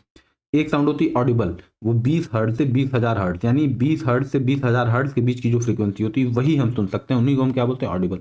यानी किसी साउंड की फ्रीक्वेंसी 20 हर्ट्ज से कम है तो इंफ्रासोनिक, 20,000 हर्ट्ज से ज्यादा है तो अल्ट्रासोनिक। तो ना हम इससे नीचे सुन सकते हैं ना हम इससे ऊपर सुन सकते हैं, इसी के बीच का सुन सकते हैं। इसको ह्यूमन हियरिंग में यूज होता है अल्ट्रासोनिक। अब यहाँ तो 20 हर्ट्ज से कम है, और यहाँ 20 हर्ट्ज तो 20,000 हर्ट्ज के बीच में है। अब 20,000 हर्ट्ज से जो ज्यादा है उसको बोलते हैं अल्ट्रासोनिक। ये बैट्स में चमगादड़ वगैरह इसका यूज करते हैं। मेडिकल इमेजिनिंग में, जो मेडिकल में आपको इमेजिन किया था, एक्सरे क्या बोलते हैं उसको, एमआरआई वगैरह किया था, उसमें यूज होता है। लाइट ईयर इज, फिर से देख लीजिए यही क्वेश्चन आ गया। अगला क्वेश्चन पे पढ़ते हैं। Light year is a unit of distance. वो 2024 में पूछा था, इस बार 2017 में पूछा होगा बैकलॉग वाले पेपर में। ओके, डिस्टेंस की यूनिट है। ठीक, विच of the following can not travel in vacuum. Vacuum में कौन नहीं चल सकता? लाइट नहीं चल सकती। चल सकती है, लाइट तो चल सकती है वैक्यूम में। ठीक, हीट भी, सन और अर्थ के बीच में कुछ नहीं है तो हीट फिर भी हमें आती है, तो हीट आ सकती है।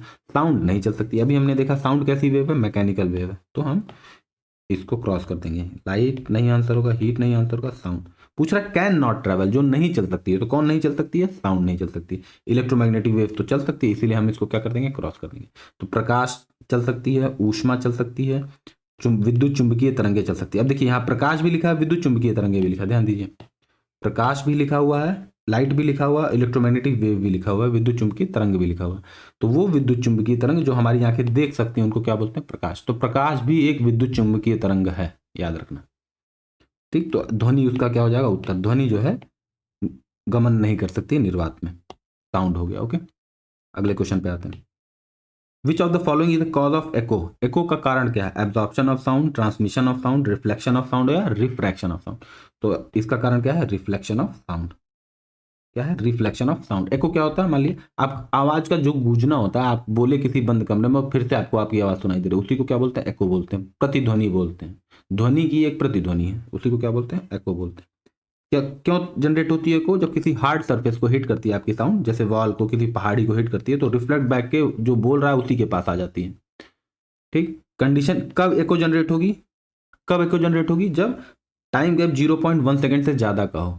ठीक। इससे कम अगर, जैसे मान लिया यहाँ आपने बोला, यहाँ मान लिया इतनी छोटी सी गैप है, यहाँ बोला, साउंड यहाँ गई और फिर वापस आपके कान में आ गई, अगर ये 0.1 सेकंड से ज्यादा है तो ही आपको एको सुनाई देगी, नहीं तो आपका कान उसको डिटेक्ट नहीं कर पाएगा।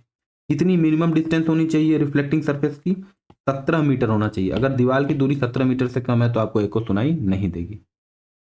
ठीक। तो डिस्टेंस होनी चाहिए 17 मीटर और टाइम होना चाहिए लौट के आने में लगा जो टाइम है वो 0.1 सेकंड से ज़्यादा का होना चाहिए, तभी आपको प्रतिध्वनि सुनाई देगी। Light emitting diode, light emitting diode जो होता है ना, वो किस बात पे डिपेंड करता है? वो होता है इलेक्ट्रोल्यूमिनेसेंस। किस तरीके से काम करता है? एलईडी, एलईडी जो होता है वो कैसे काम करता है? जो लाइट इमिटिंग डायोड बल्ब होता है ना, बल्ब को आप खोलेंगे, एलईडी बल्ब, उसमें छोटे छोटे ऐसे दिखाई देंगे, ऐसे एक चिप पे बने होंगे और यही जलते हैं। तो पूछ रहा है किस प्रिंसिपल पे ये बल्ब जलते हैं? ये ऐसे बल्ब होता है, किस प्रिंसिपल पे जलते हैं? तो इलेक्ट्रोल्यूमिनेसेंस पे जलते हैं। किस पे जलते हैं? इसका आंसर क्या हो जाएगा? अभी देखते हैं इलेक्ट्रोल्यूमिनेसेंस क्या होता है। वैद्युत संदीप्ति। किस पे जलते हैं वो? वैद्युत संदीप्ति पे जलते हैं। ठीक है, 36 मिनट हो गए। अब इसमें क्या होता है? पीएन जंक्शन होता है। When a PN junction diode is forward bias, electrons recombine with holes, this recombination releases energy in the form of light. This recombination releases energy in the form of light. Okay, तो इस तरीके से क्या काम करते हैं? LED काम करता है। हिग्स बोसॉन और also known as, Higgs boson को और क्या नाम जानते हैं? God particle. हालांकि साइंटिस्ट तो नहीं बोलते हैं, मीडिया में ये सब बोलते हैं लोग, साइंटिस्ट इसको हिग्स बोसॉन ही बोलते हैं, पर मीडिया में इसको क्या बोला जाता है? गॉड पार्टिकल, गॉड कण के नाम। यह हवाबाजी में आपको पता है ना, मीडिया नाम उड़ा देती है, तो उसी तरीके का ये भी नाम है, लेकिन चूंकि लोग बोलते हैं तो इसलिए गॉड पार्टिकल। गॉड से इसका कोई लेना देना नहीं है। ठीक है, पता चले किसी पंडित पुरोहित को आप बैठा के समझाने लगे तो खुश हो जाएगा कि अरे ये तो गॉड पार्टिकल है। नहीं भैया, फिजिक्स है, गणित है, समझ नहीं आएगी आपको। तो हिग्स बोसॉन क्या है? गॉड पार्टिकल लोग कहते हैं। ठीक, वैज्ञानिक नहीं कहते हैं। ठीक, थोड़ा सा इसको जानने की जरूरत इसलिए है कि हिग्स कौन थे? एक भौतिक फिजिसिस्ट थे, पीटर हिग्स। ठीक। और बोसॉन जो है वो इंडियन फिजिसिस्ट थे, सत्येंद्र नाथ बोस, उन्हीं के नाम पे पड़ा है, सत्येंद्र नाथ बोस। एक्चुअली ब्रह्मांड जो है, पूरे ब्रह्मांड में पार्टिकल दो टाइप के हैं, एक है फर्मियन, एक होते हैं बोसॉन। वो ब्रह्मांड के सारे पार्टिकल को इन दो कैटेगरीज में बांटा जा सकता है। फर्मियन इटली के एक फिजिसिस्ट थे, भौतिकविद थे, अर्निको फर्मी उनके नाम पे पड़ा हुआ, और ये इंडियन फिजिसिस्ट हैं बोसॉन। सोचिए, ब्रह्मांड के जो पार्टिकल हैं, जो दो डिवीजन है सबसे इंपॉर्टेंट, जहां से सब कुछ शुरू होता है, उसमें एक नाम किसका है? एक इंडियन वैज्ञानिक का नाम है, जिनका नाम है सत्येंद्र नाथ बोस। तो जो हिग्स बोसॉन में बोसॉन है, उन्हीं के नाम पे पड़ा। तो हिग्स बोसॉन को हम क्या बोलते हैं? ईश्वरीय कण बोलते हैं, गॉड कण बोलते हैं। ठीक, ये इसलिए बोलते हैं क्योंकि हिग्स बोसॉन ही क्या करता है? लगभग सभी पार्टिकल्स में वजन, मास का कारण बनता है। ये पार्टिकल ना होता तो बहुत सारी चीजें जो होती हैं उनमें मास होता ही नहीं, तो ब्रह्मांड का एग्जिस्टेंस ही नहीं होता। तो ब्रह्मांड का एग्जिस्टेंस नहीं होता तो इसीलिए इनको कहा जाता है गॉड पार्टिकल। इनकी वजह से ब्रह्मांड एग्जिस्ट कर रहा है, तो इसी को क्या बोलते हैं? चीजें एग्जिस्ट कर रही हैं, तो इसीलिए इसको क्या बोलते हैं? गॉड पार्टिकल बोलते हैं। ठीक, फंडामेंटल पार्टिकल है। इसको 2012 में सर्न में लार्ज हेड्रॉन कोलाइडर में डिटेक्ट किया गया था। इनका निक नेम दिया मीडिएटर में, ध्यान देना, मीडिएटर में गॉड पार्टिकल दिया था, और इनको 2012 में डिटेक्ट किया गया था। इसको मेरे ख्याल से पीटर हिग्स ने 1980 में ही बताया था कि ऐसे कुछ पार्टिकल एग्जिस्ट होंगे। 1960, 70 या 80 में बताया था कि ऐसे पार्टिकल एग्जिस्ट कर सकते हैं, लेकिन इनको डिटेक्ट कब किया गया? 2012 में। तो 2012 में डिटेक्ट कर लिया गया, तो 2013 में इनको नोबेल प्राइज मिला। किसको? पीटर हिग्स को, और एक और फिजिसिस्ट थे फ्रैंकोआ इंगल्ट को। ठीक, उनको मिला। The speed of light in air depends on temperature, pressure, density. It is independent of pressure, temperature and density. Speed of light किसी बात पे डिपेंड नहीं करती। ओके, ये दाब, ताप और घनत्व से क्या है? स्वतंत्र है। लाइट की स्पीड फिक्स होती है। Which one of the following is not an example of electromagnetic wave? विद्युत चुंबकीय तरंग का एग्जाम्पल नहीं है। Supersonic wave, gamma wave, ultraviolet rays. क्या है? ये है सुपरसोनिक वेव। आंसर क्या हो जाएगा? Supersonic wave. जब साउंड की स्पीड बहुत ज़्यादा बढ़ जाती है, एक लिमिट को पार कर जाती है, तो उसी को सुपरसोनिक वेव बोलते हैं। Gamma rays, X rays, ultraviolet rays, ये सब क्या है? इलेक्ट्रोमैग्नेटिक वेव है। ये सब क्या है? Electromagnetic wave. लेकिन सुपरसोनिक वेव क्या है? ये साउंड वेव है। क्या है? साउंड। तो साउंड तो इलेक्ट्रोमैग्नेटिक वेव होती नहीं। साउंड कैसी वेव होती है? मैकेनिकल होती है। तो पूछ रहा है कौन सा नहीं है इलेक्ट्रोमैग्नेटिक वेव? ये मैकेनिकल वेव होती है। ठीक। तो जो इलेक्ट्रोमैग्नेटिक वेव नहीं है वो है सुपरसोनिक वेव। सुपरसोनिक वेव ध्वनि की तरंगे होती हैं। ठीक, जरा इलेक्ट्रोमैग्नेटिक वेव को देख लेते हैं, ईएम वेव्स के स्पेक्ट्रम को देख लेते हैं, ईएम वेव स्पेक्ट्रम। ठीक, तो कैसे होती है? सबसे ज्यादा वेवलेंथ, क्योंकि वेव है तो वेव की वेवलेंथ होगी, तो जो सबसे बड़ी वेवलेंथ की होती है रेडियो वेव्स होती हैं। इनकी वेवलेंथ क्या होती है? बहुत ज्यादा दूर दूर, ऐसे दूरी दिख रही है ना आपको, तो इसीलिए बिल्डिंग बिल्डिंग को पार करके निकल जाती हैं। इसीलिए इनका यूज किस में होता है? कम्युनिकेशन में होता है। रेडियो वेव्स लॉन्गेस्ट होती हैं, इसीलिए इनका यूज किस में होता है? कम्युनिकेशन में। उनसे कम जो होता है माइक्रोवेव होता है, इसलिए इनका रेडार में, कुकिंग वगैरह में यूज होता है। फिर उससे कम वेवलेंथ होती है इंफ्रारेड की, इनका हीट सेंसिंग वगैरह में, हीट सेंसिंग जो कैमरा होता है, नाइट विजन कैमरा, वो होती है। फिर हमको जो दिखती है वो ये है, 400 नैनोमीटर से 700 नैनोमीटर वेवलेंथ की हमको लाइट, इलेक्ट्रोमैग्नेटिक वेव दिखती है। जो हमको इलेक्ट्रोमैग्नेटिक वेव दिखती है उसी को हम बोलते हैं लाइट, विजिबल लाइट।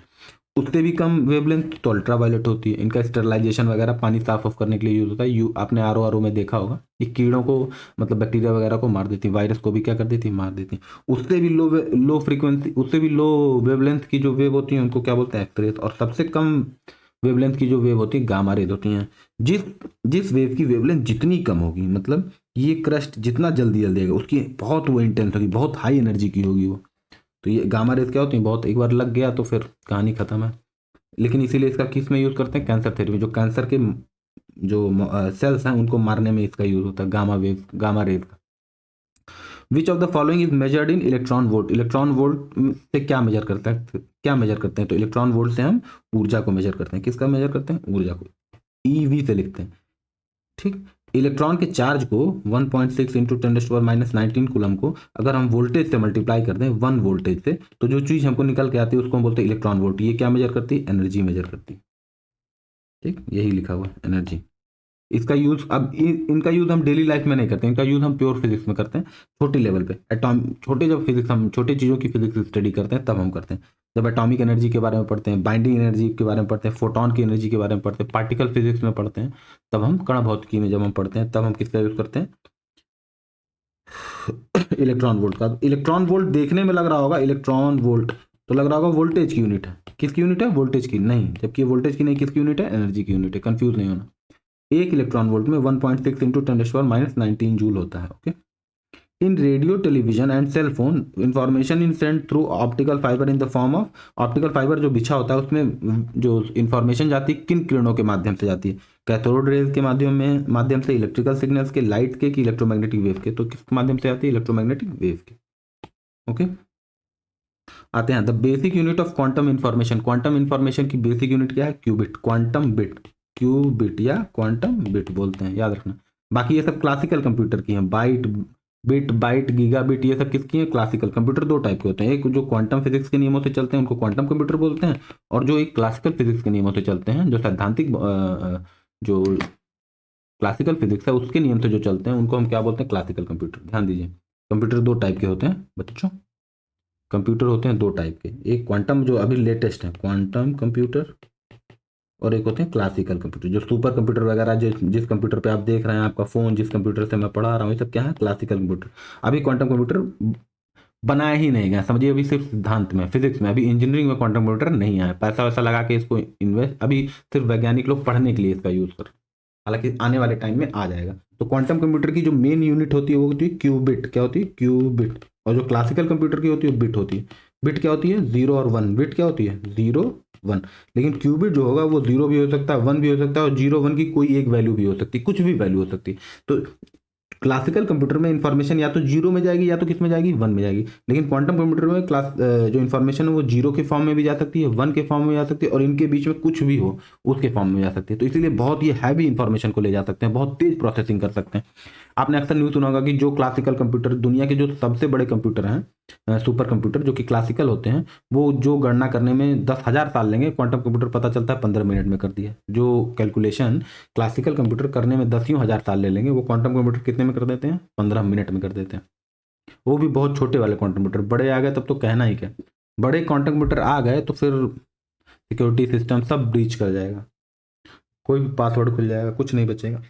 ठीक, आगे बढ़ते हैं। Who among the following is considered as the father of Indian space programme? भारतीय स्पेस प्रोग्राम का फादर, जनक किसे माना जाता है? तो माना जाता है विक्रम साराभाई को। किसको माना जाता है? विक्रम साराभाई। थोड़ा सा आप देख लेते हैं इंडियन स्पेस प्रोग्राम के बारे में, देख लेते हैं।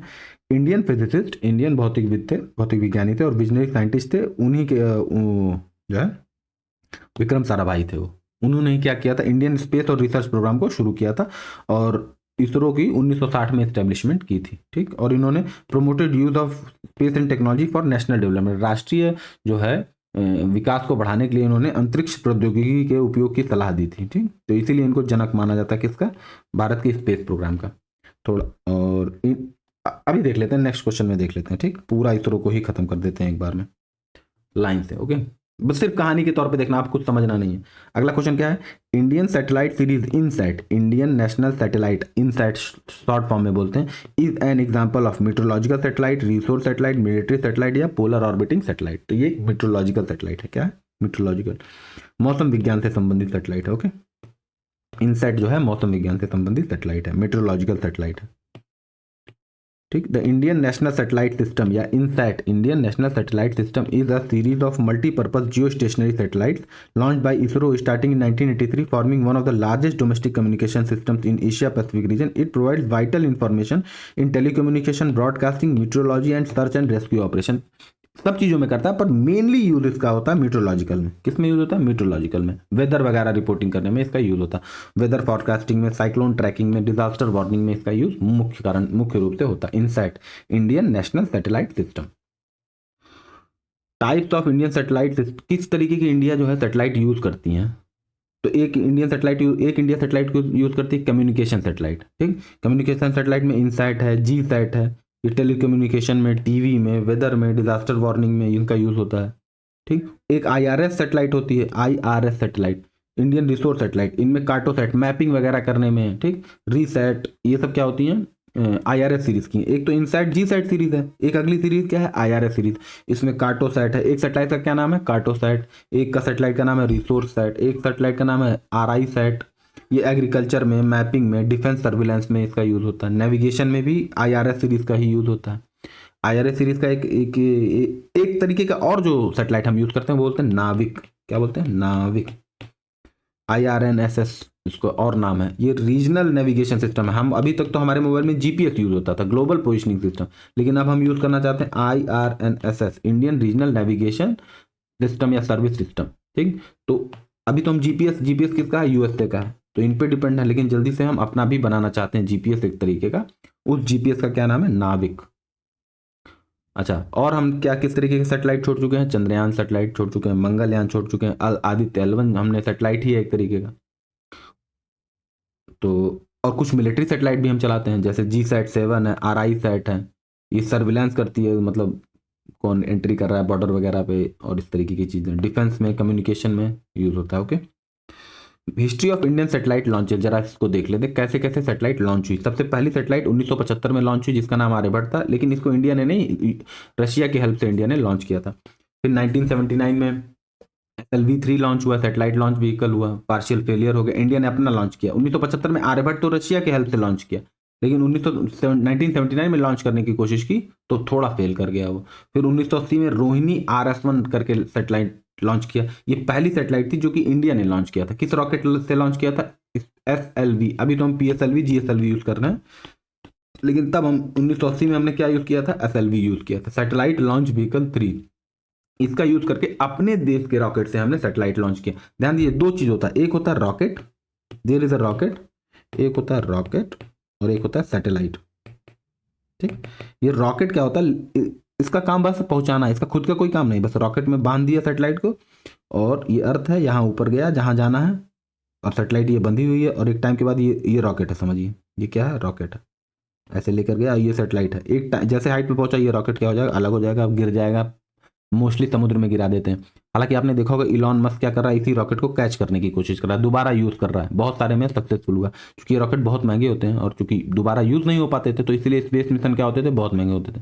लेकिन इलॉन मस्क की कंपनी जो है स्पेस एक्स ने क्या किया, इनको दोबारा से कैच करना शुरू कर दिया। ठीक, ये सैटेलाइट है, रॉकेट है, सैटेलाइट का हम यूज करते हैं और रॉकेट के थ्रू हम सैटेलाइट को स्पेस में लॉन्च करते हैं। तो जो पहली सैटेलाइट इंडिया ने खुद की लॉन्च की थी वो क्या थी, रोहिणी, और अपने ही रॉकेट से लॉन्च की थी। उस रॉकेट का क्या नाम था, SLV-3। उसी तरीके से 1979 और 81 के बीच में दो सैटेलाइट लॉन्च की, भास्कर 1 और भास्कर 2। किस लिए लॉन्च की थी, ऑब्जर्वेशन करने के लिए, अर्थ ऑब्जर्वेशन सैटेलाइट लॉन्च की थी। फिर अभी तो हम देख रहे हैं किसके बीच में, शुरुआती दौर में, अभी हम एकदम शुरुआती दौर में देख रहे हैं। उसके बाद से हम 1990 और 2000 के बीच में देख रहे हैं, जिसमें बड़ी तेजी से एक्सपेंशन हुआ। 1994 में PSLV लॉन्च किया, पोलर सैटेलाइट लॉन्च व्हीकल। ये रॉकेट है, सैटेलाइट नहीं है। PSLV क्या है, एक रॉकेट है, सैटेलाइट नहीं है। 1983 के बाद से इंडिया ने इंडियन नेशनल सैटेलाइट सीरीज का काम शुरू कर दिया था, इनसैट का। 1988 के बाद से इंडियन रिमोट सेंसिंग, दूर से किसी चीज का पता लगाना, उसी को क्या बोलते हैं, रिमोट सेंसिंग बोलते हैं। कितनी जगह खेती हुई है, कितनी जगह बाढ़ आई हुई है, इसका हम सैटेलाइट से निरीक्षण करते हैं, तो उसको हम बोलते हैं IRS, Indian remote sensing satellite. 2001 में इंडिया ने क्या लॉन्च किया, GSLV। PSLV था, PSLV polar satellite launch vehicle. उसके बाद से इंडिया ने क्या लॉन्च किया, जियो स्टेशनरी सैटेलाइट लॉन्च व्हीकल। ये बहुत पावरफुल रॉकेट है। अभी इंडिया क्या किसका यूज करता है, MK3 का यूज करता है। अभी हम देखेंगे सबसे ज्यादा इंडिया ने किसका यूज किया, PSLV। इसको इसरो का वर्क हॉर्स बोलते हैं, वर्क हॉर्स, सबसे ज्यादा, मतलब 400-500 सैटेलाइट इसने लॉन्च कर चुके हैं। लेकिन जब पावरफुल रॉकेट चाहिए हमको दूर पहुंचाना, जैसे मान लिया अब हमको सूरज के पास जाना है, तो ऐसे नहीं कि हम छोटे रॉकेट से जा सकते हैं। ठीक, तो 2008 में इंडिया ने, हम हिस्ट्री देख रहे हैं केवल, 2008 में इंडिया ने चंद्रयान-1 लॉन्च किया, मून मिशन। 2013 में मॉम लॉन्च किया, मार्स ऑर्बिटर मिशन, मंगलयान पे गया। 2014 में क्रायोजेनिक इंजन इंडिया ने बना लिया। 2017 में इंडिया ने एक साथ 104 सैटेलाइट लॉन्च किए, किस रॉकेट से, PSLV से। 2019 में इंडिया ने चंद्रयान-2 लॉन्च किया। 2008 में चंद्रयान-1 था, फिर 19 में क्या है, 11 साल बाद क्या है, चंद्रयान-2 आया। इसका ऑर्बिटर क्या हो गया, सक्सेसफुल हो गया। हमको सॉफ्ट लैंडिंग करानी थी, नहीं करा पाए। अच्छा, 2023 में इंडिया ने सॉफ्ट लैंडिंग करा दी मून पर। और फिर 2023 में ही इंडिया ने क्या भेजा, आदित्य-L1 सोलर मिशन। ये सूर्य की स्टडी करने के लिए इंडिया ने भेजा। थोड़ा सा इसरो के बारे में देख लेते हैं। इसरो के फाउंडर कौन थे, विक्रम साराभाई। हेडक्वार्टर इसरो का कहाँ है, बेंगलुरु में। और इसका पेरेंट डिपार्टमेंट कौन सा है, डिपार्टमेंट ऑफ स्पेस है। किसके अंडर में आता है, प्राइम मिनिस्टर ऑफिस के अंडर में आता है। 1962 में इनकी शुरुआत हुई थी इसरो की, किस फॉर्म में, इनकोस्पार के फॉर्म में, Indian national committee for space research का नाम था। उसका बाद में फुल्ली कन्वर्ट कर दिया गया, किसमें, इसरो में कन्वर्ट कर दिया गया। 1972 में इसकी स्पेस कम्युनिकेशन और डिपार्टमेंट ऑफ स्पेस क्रिएट कराया गया। और डिपार्टमेंट ऑफ स्पेस के अंदर में ही कौन आ गया, इसरो आ गया। और डिपार्टमेंट ऑफ स्पेस खुद किसके अंडर में है, प्राइम मिनिस्टर ऑफिस के अंडर में। डायरेक्ट प्राइम मिनिस्टर इसकी देखरेख करते हैं। 1980 में इंडिया ने अपना पहला सैटेलाइट लॉन्च किया, जिसका नाम था रोहिणी। अपने ही रॉकेट से अपना सैटेलाइट लॉन्च किया, उसको क्या बोले, उसका नाम क्या था, रोहिणी। आर्यभट्ट तो सबसे पहला लॉन्च किया 1975 में, लेकिन उसमें रॉकेट जो यूज हुआ था वो सोवियत यूनियन यानी रशिया का था। ठीक, ये सब बेसिक लिखे हुए। इंपॉर्टेंट लॉन्चिंग साइट देख लेते हैं। इंपॉर्टेंट लॉन्चिंग साइट, जैसे सतीश धवन, कहाँ से रॉकेट लॉन्च होता है, तो सतीश धवन स्पेस सेंटर से लॉन्च होता है। ये मेन साइट है इसरो का। कहाँ पर है Satish Dhawan space research centre, Andhra Pradesh में। उसी तरीके से थुम्बा इक्वेटोरियल रॉकेट है, मेन नहीं है, कभी कभी यूज होता है। ये शुरू में रॉकेट यहाँ से लॉन्च किए जाते थे। अभी कहाँ से लॉन्च किए थे, HDSC Satish Dhawan space centre कहाँ पर है, आंध्र प्रदेश में, याद रखना। अच्छा, इसरो के और डिवीजन देख लेते हैं किस तरीके से इसरो काम करती है। तो विक्रम साराभाई स्पेस सेंटर है, ये लॉन्च व्हीकल डेवलपमेंट का, रॉकेट बनाने का काम करता है। UR राव सैटेलाइट सेंटर है, ये सैटेलाइट बनाने का काम करती है, सैटेलाइट डिजाइन करने का काम। लिक्विड प्रोपल्शन सिस्टम, ये इंजन बनाने का काम करती है। स्पेस एप्लीकेशन सेंटर, ये कम्युनिकेशन और पेलोड बनाती है। सैटेलाइट में जो चीजें जाएंगी, जो जाके मेजर करेंगे, उसको क्या बोलते हैं, पेलोड बोलते हैं। ठीक, एक तो होता है रॉकेट, एक होता है सैटेलाइट, और एक सैटेलाइट के अंदर भी इंस्ट्रूमेंट जो लगा होता है उसको हम क्या बोलते हैं, पेलोड बोलते हैं। ठीक, थोड़ा सा इसरो के कॉमर्शियल और प्राइवेट विंग को देख लेते हैं। ये है न्यू स्पेस इंडिया लिमिटेड, 2019 में स्टैब्लिश किया गया था। ये कॉमर्शियल आर्म है इसरो की। इससे इसरो क्या करता है, पैसा कमाने की कोशिश करता है। New space India limited NSIL कब शुरू हुआ था, 2019 में। ये NSIL क्या करता है, handle satellite launches for private and foreign clients. जो मान ली कोई दूसरा देश लॉन्च करना चाहता है तो किसके पास आता है, इसरो के NSIL के पास आता है। ठीक, बस बेसिक और नहीं पढ़ना। White colour of milk is due to what, किस किस चीज के कारण मिल्क का कलर व्हाइट होता है? तो व्हाइट का जो कलर होता है वो केसीन नाम के एक प्रोटीन के कारण होता है। केसीन नाम के एक प्रोटीन के कारण दूध कैसा दिखता है? सफेद दिखता है। ठीक, केसीन मिल्क अपीयर्स, सॉरी ये वाला ले लेते हैं। Milk appears white mainly due to casein protein. Casein protein के कारण मिल्क कैसा दिखाई देता है? सफेद दिखाई देता है। Casein form Mrs tiny particle suspended in milk. Casein के जो पार्टिकल होते हैं दूध के अंदर ऐसे सस्पेंडेड रहते हैं ऐसे। ठीक, अब इस पे जब लाइट पड़ती है तो व्हाइट रंग की लाइट जो है रिफ्लेक्ट हो जाती है, तो इसीलिए हमको दूध कैसा दिखाई देता है? व्हाइट दिखाई देता है। एक्चुअली में दूध व्हाइट नहीं होता है, बस इन पार्टिकल से लाइट जो स्कैटर होती है, स्कैटर क्या होती है? प्रकीर्णन होता है, तो हमको दूध कैसा दिखाई देता है? सफेद दिखाई देता है। क्यों? क्योंकि सपोज करते हैं ये पानी है, पानी के अंदर दूध है मान लिया, और ये छोटे छोटे ऐसे क्या फैले हुए हैं? ये केसीन के प्रोटीन है। अब इनसे क्या हो रहा है? लाइट इधर उधर रिफ्लेक्ट हो रही है, तो सारी चीजें तो ऑब्जॉर्व हो जा रही है, एक बच रही है व्हाइट, तो व्हाइट हमको दिखाई दे रही है। एक्चुअली में ऐसा नहीं हो रहा, बस समझाने की कोशिश कर रहा हूं मैं। स्कैटरिंग की वजह से हमको दूध कैसा दिखता है? व्हाइट दिखता है। और किस वजह से स्कैटरिंग होती है? क्योंकि केसीन नाम के प्रोटीन जो होते हैं सस्पेंडेड होते हैं दूध के अंदर। ठीक, it's physical effect not a pigment. Actually में दूध सफेद नहीं है, बल्कि स्कैटरिंग का एक क्या है? इफेक्ट होता है। प्रकीर्णन का क्या होता है? कारण होता है। अब बाकी जो 3 ऑप्शन है देख लेते हैं, उनमें देख लेते हैं। एक एल्ब्यूमिन नाम लिखा हुआ है, केसीन तो आंसर हो गया। एल्ब्यूमिन, ग्लोबुलिन और लैक्टोज को जरा देख लेते हैं, ये तीनों क्या चीज़ है। एल्ब्यूमिन क्या है? एक वाटर सॉल्युबल प्रोटीन है, ये दूध में स्मॉल क्वांटिटीज में पाया जाता है। Also found in blood plasma and egg white. Albumin हमारे ब्लड में भी पाया जाता है और एग वाइट अंडे की धरती में भी पाया जाता है, सफेदी में, सॉरी। ये व्हाइट कलर नहीं करता है दूध का। दूध का व्हाइट कलर केवल किस वजह से होता है? केसीन प्रोटीन के कारण। लैक्टोज क्या होता है? जो मिल्क में शुगर घुला होता है कार्बोहाइड्रेट के फॉर्म में, उसी को क्या बोलते हैं? लैक्टोज बोलते हैं। ये दूध को हल्की सी मिठास देता है और ये पानी में कंप्लीटली घुल जाता है। ठीक, लैक्टोज क्या होता है? यही, सॉरी, लैक्टोज तो यही होता है। बहुत लोग आपने सुना होगा लैक्टोज इंटॉलरेंट है। लैक्टोज इंटॉलरेंट का मतलब कि जो दूध के अंदर ये जो शुगर है उसको पचा नहीं पाते, इसीलिए वो दूध नहीं पीते हैं। ग्लोबुलिन ऑप्शन में था, ग्लोबुलिन था ना, ग्लोबुलिन। ध्यान दीजिए, जिसके लास्ट में आयन टाइप का आ जाए, जैसे केसीन आ गया, एल्ब्यूमिन में ईन आ गया, ग्लोबुलिन में ईन आ गया, तो ये मोस्ट प्रॉब्ली क्या है? ये प्रोटीन है जिसके लास्ट में आयन आ गया।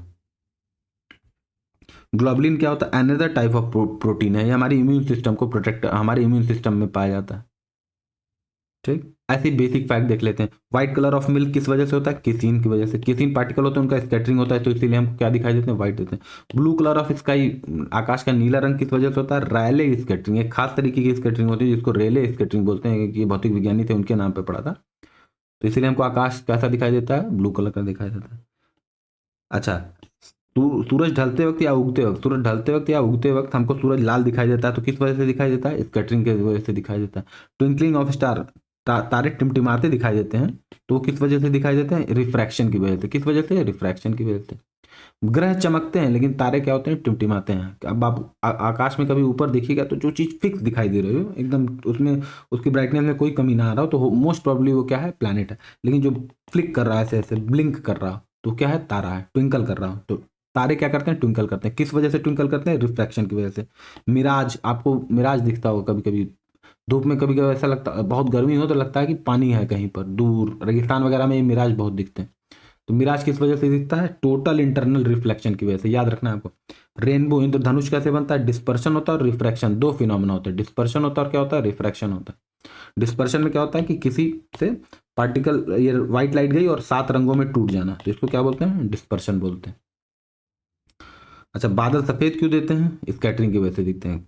पौधों का रंग हरा क्यों दिखता है? क्लोरोफिल पिगमेंट पड़ा होता है, इस वजह से हरा दिखता है। आयरन क्यों रस्ट करता है? ऑक्सीडेशन की वजह से। डायमंड कठोर क्यों होता है? क्योंकि कोवैलेंट बॉन्ड मजबूत होते हैं। Okay. The foul smell of dead fish is due to the compound. जो मृत मछली से निकलने वाली दुर्गंध किन यौगिकों के कारण होती है? अमीनो कंपाउंड के कारण, एल्डिहाइडिक कंपाउंड के कारण, सल्फर कंपाउंड के कारण, या नाइट्रो कंपाउंड के कारण। ओके। तो ये जो दूध की फॉल स्मेल होती है, सॉरी, मछली की, मरी हुई मछली की, वो अमीनो कंपाउंड की वजह से होती है। ओके, अमीनो कंपाउंड की वजह से होती है। थोड़ा सा देख लेते हैं। The foul smell of dead fish is mainly due to trimethylamine. Amine जिसमें आ जाए तो अमीनो एसिड है वो। प्रोटीन भी एक तरीके के क्या होते हैं? अमीनो एसिड होते हैं। अमीनो एसिड से ही प्रोटीन बनते हैं। ठीक, तो इसीलिए क्या फिश की महक कैसी होती है? मरी हुई मछली की महक आती है अमीनो एसिड्स की वजह से। सल्फर कंपाउंड्स, जो भी रॉटन, कहीं सड़न आ रही है तो रॉटन स्मेल है, तो वो सल्फर की वजह से आ रही है। एस्टर्स, जो एस्टर की वजह से, एस्टर नाम के कंपाउंड की वजह से किसी चीज़ के अंदर फ्रूटी स्मेल आती है, फलों वाली स्मेल आती है। मछली में जो स्मेल आती है किसी वजह से आती है, एमीन्स की। जो खट्टा सा स्मेल आता है वो किस वजह से आता है, कार्बोक्सिलिक एसिड की वजह से, कार्बोक्सिलिक एसिड की वजह से। ठीक, तो ये बेसिक आपको इसको एक बार सिंपल सा टेबल है, पढ़ लीजिएगा। Okay. Non stick frying pans are coated with, जो नॉन स्टिक फ्राइंग पैन्स होते हैं उनको हम किससे कोट करते हैं, टेफ्लॉन से, ऑरलॉन से, पॉलीस्टाइरीन से या पॉलीप्रोपिलीन से। तो इनको हम कोट करते हैं टेफ्लॉन से। किससे कोट करते हैं, टेफ्लॉन से। ठीक, टेफ्लॉन वगैरह देख लेते हैं क्या। टेफ्लॉन जो है, non stick frying pans are coated with Teflon, non stick frying pan पर टेफ्लॉन की परत चढ़ी होती है। व्हाट इज टेफ्लॉन, टेफ्लॉन को पॉलीटेट्राफ्लूरोएथिलीन कहते हैं, नाम नहीं जानते हैं, बस पीटीएफई याद रखिए, पीटीएफई कहते हैं टेफ्लॉन को। ये एक तरीके का सिंथेटिक पॉलीमर होता है, पॉलीमर अभी देखेंगे और सिंथेटिक देखेंगे। सिंथेटिक मतलब मैन मेड, ये मैन मेड क्या है, पॉलीमर है, पॉलीमर। ठीक, जैसे मान लिया एक खास तरीके का ये, मान लिया एक वो है, एक स्ट्रक्चर है ऐसे क्यूब के शेप में, और इसको हम कई सारे ऐसे इकट्ठा करके बना दें, तो बहुत सारे जब सिंगल चीजें मिलकर एक जैसी, कई सारी सिंगल चीजें मिलकर एक कोई बड़ी सी चीज बना लेती है, तो उसी को क्या बोलते हैं, पॉलीमर बोलते हैं। तो पॉलीमर नेचर में पाए जाते हैं और पॉलीमर हम बना सकते हैं। तो जैसे कॉटन एक क्या है, पॉलीमर है, लेकिन चूंकि नेचर में पाया जाता है, प्रकृति के अंदर पाया जाता है, तो कैसा हो गया, नेचुरल हो गया पॉलीमर। लेकिन मान लिया रेयन है, तो क्या, सिंथेटिक पॉलीमर है।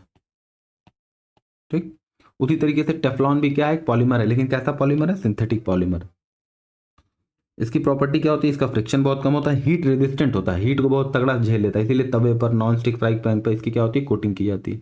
और केमिकली इनर्ट होता है, रिएक्ट ही नहीं करता, तो इसीलिए खाना भी क्या होता है, सेफ होता है।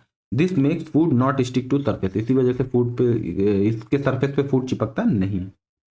ऑप्शन में क्या दिया था, ऑरलॉन भी दिया था ना, इन सबको भी देख लेते हैं। ऑरलॉन क्या होता है, एक्रिलिक फाइबर, एक खास तरीके के फाइबर होते हैं जिनका कपड़ों में यूज होता है, उसको क्या बोलते हैं, ऑरलॉन। ऑरलॉन, अब मान लिया ऑप्शन दिया हुआ है तो ऑप्शन को भी देख लेंगे ना, तो हो सकता है अगले एग्जाम में ऑप्शन ही पूछते।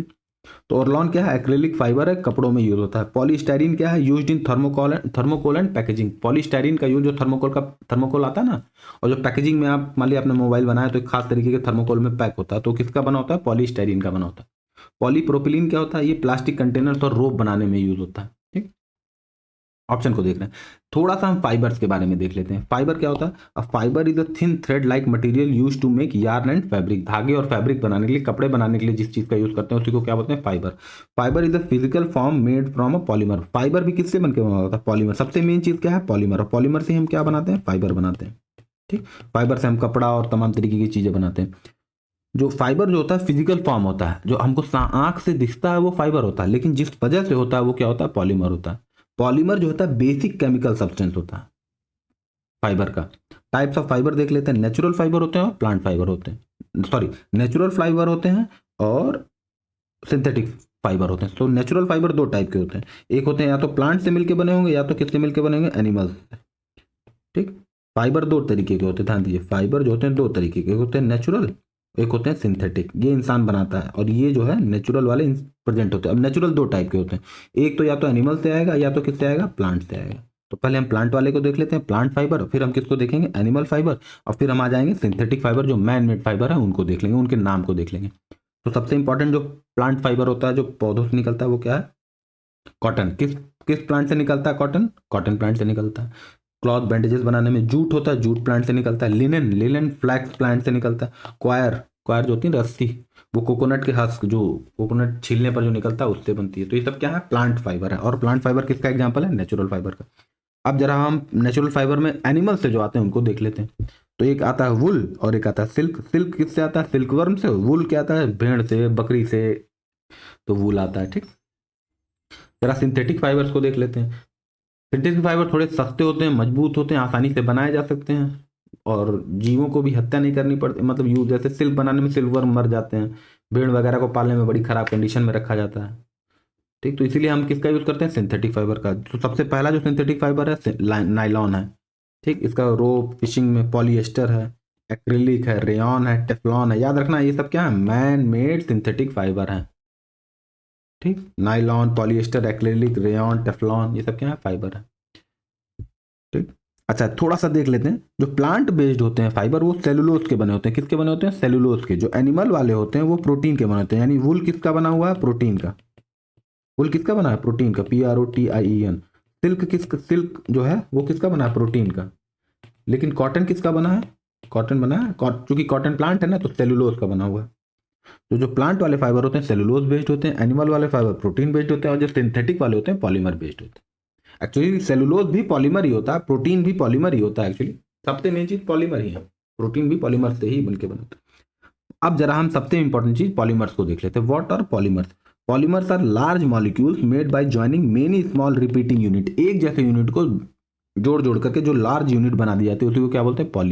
पॉलीमर। पॉली मतलब होता है मेनी, और मर मतलब क्या होता है? यूनिट।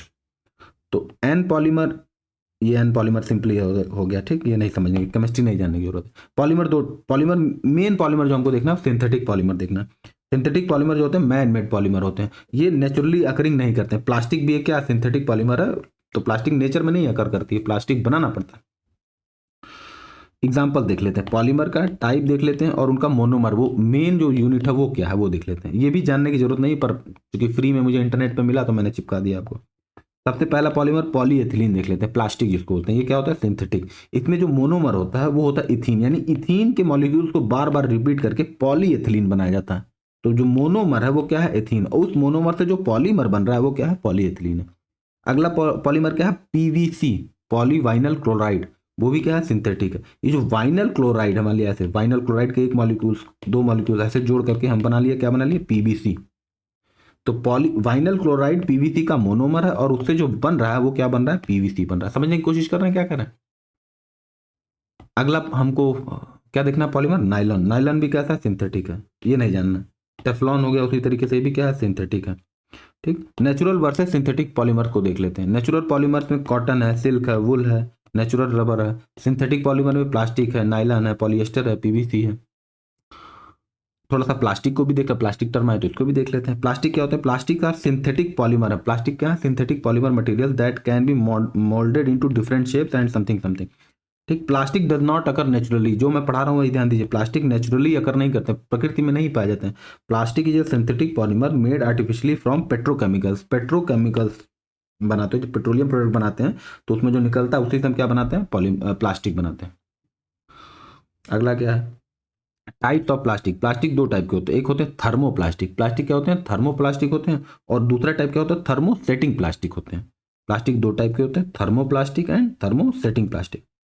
थर्मोप्लास्टिक के जो गुण होते हैं वो क्या होते हैं? वो हीट करने पे सॉफ्ट हो जाते हैं, ढीले पड़ जाते हैं, और कूल करने पे वो हार्डन हो जाते हैं, कट एकदम से सख्त हो जाते हैं। इसीलिए इनको क्या होता है? रीमॉडल किया जा सकता है, रीमोल्ड किया जा सकता है। इसीलिए इनको क्या किया जा सकता है? रिसाइकिल किया जा सकता है, क्योंकि हीट करने पे क्या हो जाएंगे? सॉफ्ट हो जाएंगे ये, तो इनको दूसरे शेप में ढाला जा सकता है। एग्जाम्पल देख लेते हैं किसका? थर्मोप्लास्टिक का एग्जाम्पल। प्लास्टिक है, पॉलीएथिलीन है, पॉलीप्रोपिलीन है, पीवीसी है, पॉलीस्टाइरीन है, पीईटी है। जैसे मान लिया आपकी पीवीसी के पाइप होती है ना घरों में, तो उसको हीट देंगे तो क्या होने लगेगी? पिघलने लगेगी। पॉलीथीन को हीट देंगे तो क्या होगी? पिघलने लगेगी। तो इसीलिए इस प्लास्टिक को हम बोलते हैं थर्मोप्लास्टिक। वो प्लास्टिक जिनमें टेम्परेचर का असर पड़े उनको क्या बोलते हैं? थर्मोप्लास्टिक बोलते हैं। तो अगर गर्म करें तो सॉफ्ट हो जाए, और कूल कर दें और तो वो क्या हो जाएंगे? फिर हार्ड हो जाएंगे। जैसे प्लास्टिक है, पाइप प्लास्टिक की, आपको उसको कुछ देर गर्म किया तो आप दबाएंगे तो दबने लगेगा वो, क्योंकि क्या हो गया? हीट हो गया, सॉफ्ट हो गया है वो। लेकिन थोड़ी देर फिर छोड़ देंगे तो फिर वो दबना बंद हो जाएगा, क्योंकि कूल हो जाएगा। तो कूल होने पर फिर क्या हो जाएगा? हार्ड हो जाएगा।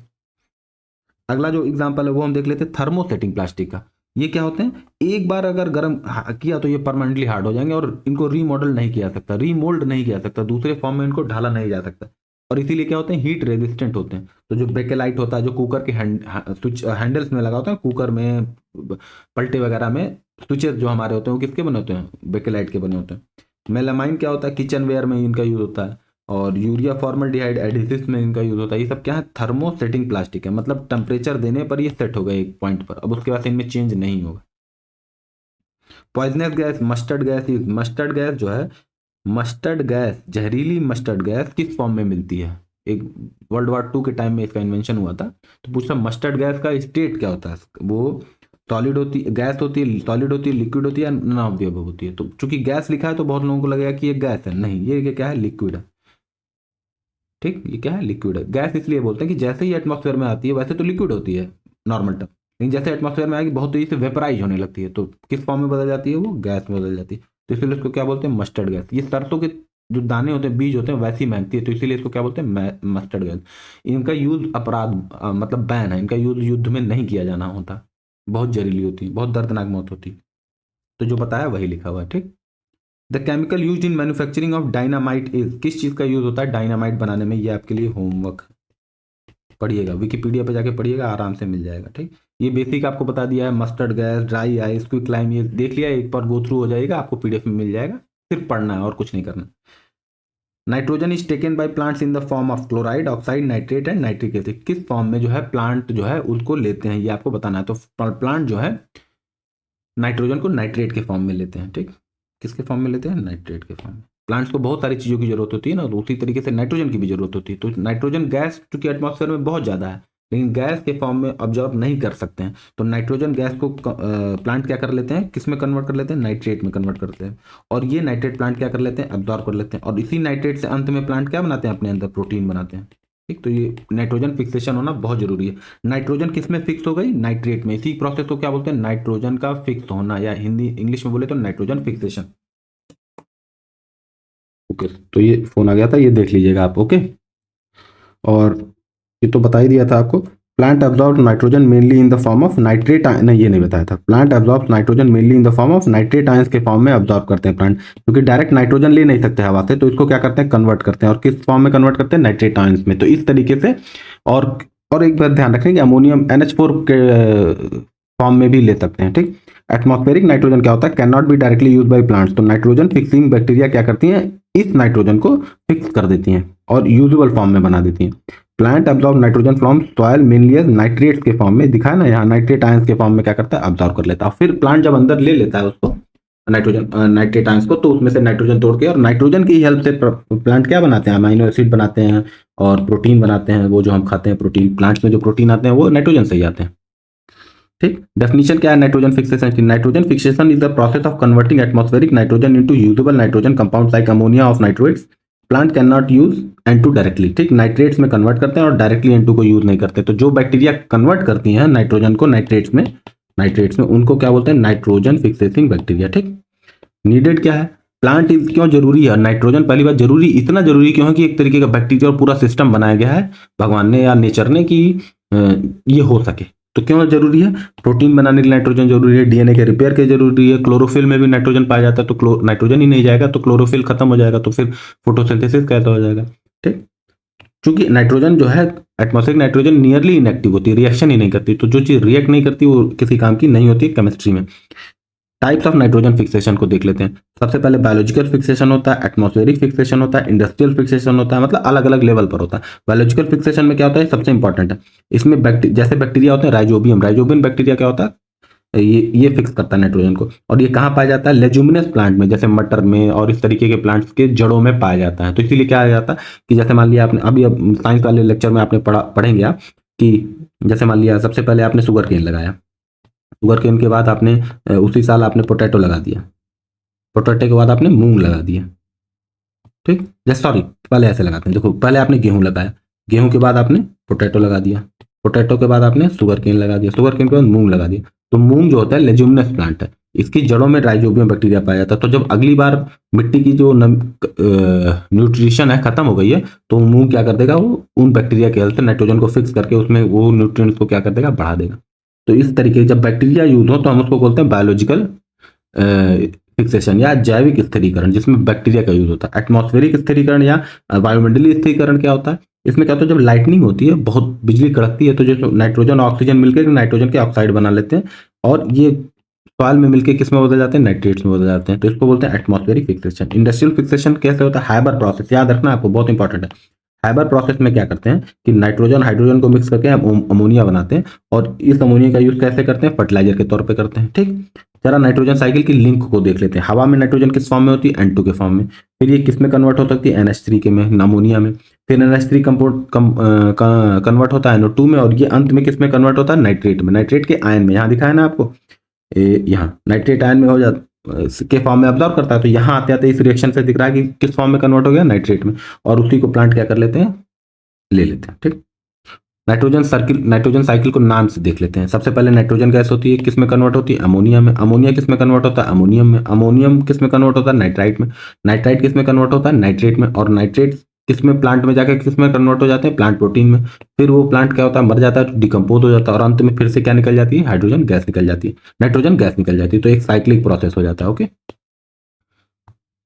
What percentage of alcohol in human blood is causes death? तो 5%। बहुत डिस्प्यूटेड क्वेश्चन है, मुझे समझ में नहीं आ रहा क्या पूछना चाह रहा है, पर 5% इसका आंसर होगा।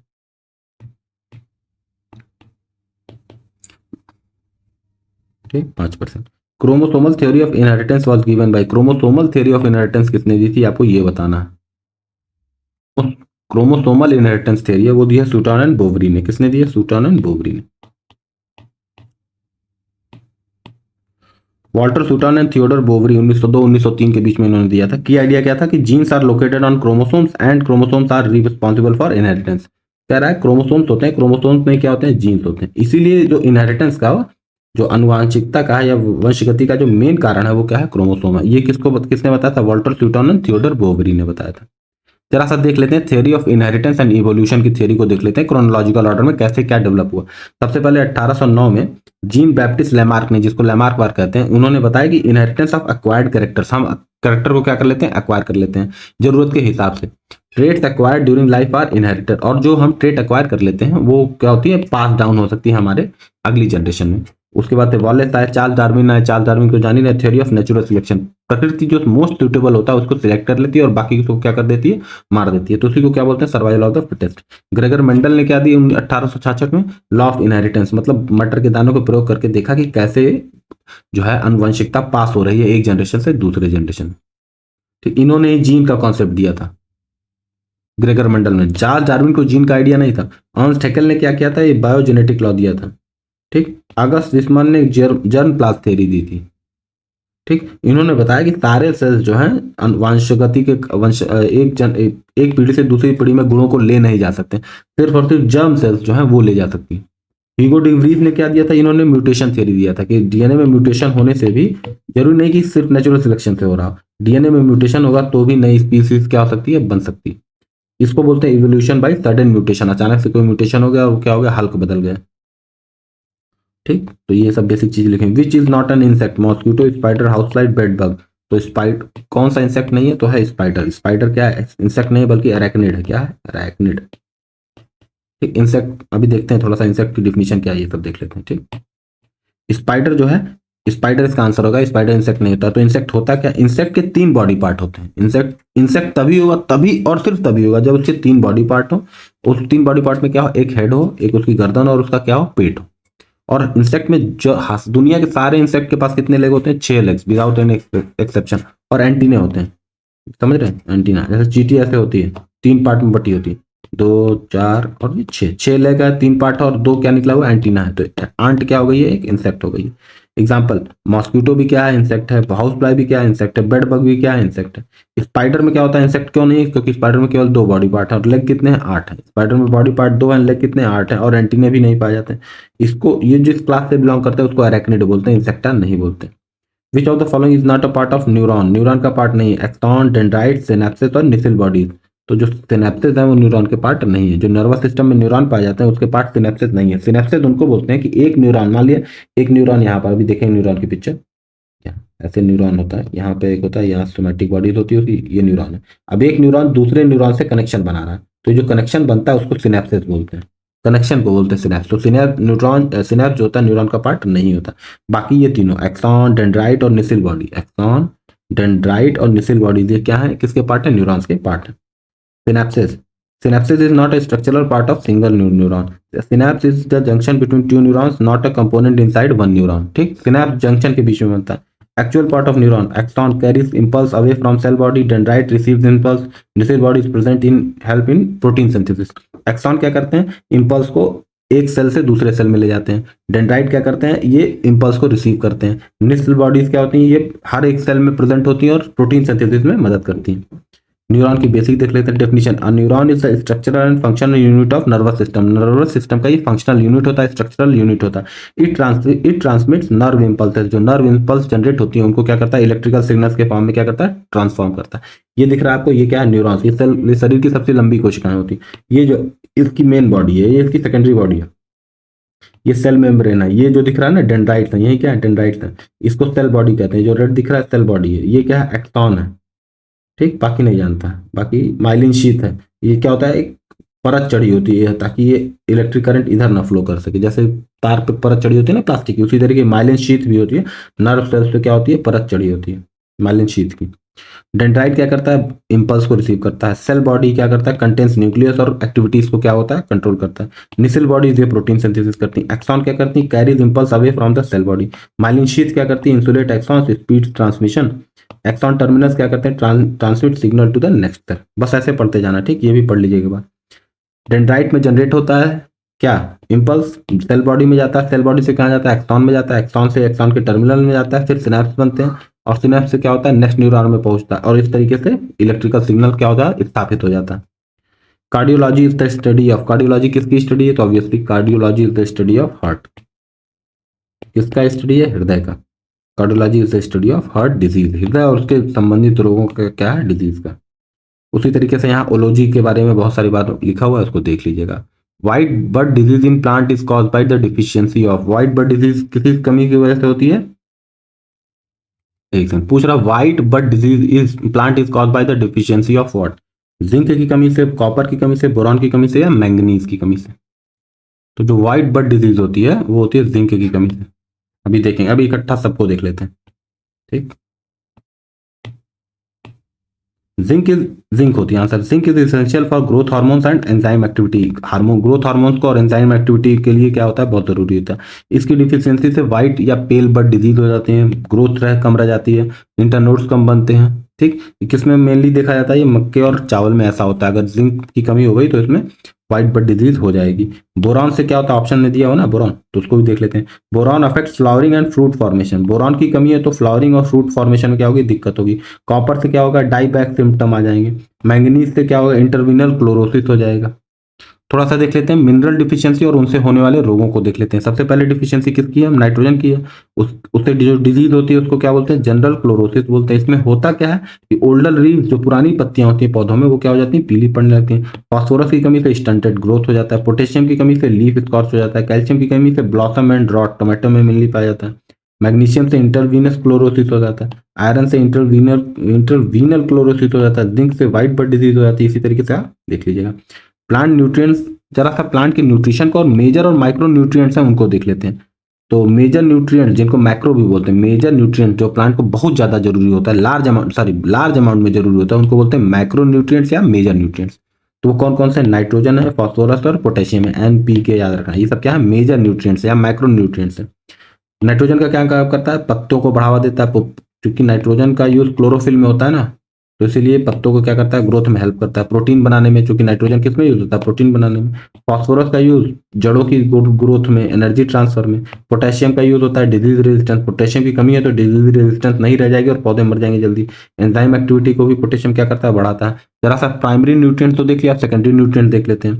कैल्शियम हो गया, मैग्नीशियम हो गया, सल्फर हो गया, ठीक। ये क्या होगा, सेकेंडरी न्यूट्रिएंट है ये। उसके अलावा क्या होता है, माइक्रो न्यूट्रिएंट्स, जिनको ट्रेस अमाउंट में जरूरत पड़ती है पौधों को।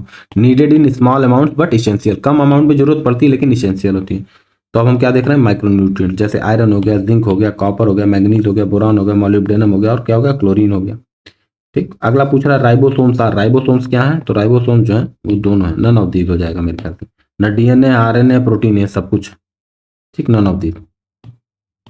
Ribosomes are not only protein and not only DNA but and not only RNA, सिर्फ ओनली नहीं है, they are made of both RNA and protein, दोनों से मिलकर बने। इसलिए आंसर क्या हो जाएगा, नन ऑफ द। राइबोसोम्स क्या होते हैं, ये सेल ऑर्गेनेलीज होते हैं, सेल के अंदर पाए जाते हैं। ये क्या करते हैं, प्रोटीन सिंथेसिस, यहीं पर इन्हीं के ऊपर क्या होता है, प्रोटीन का सिंथेसिस होता है सेल के अंदर में।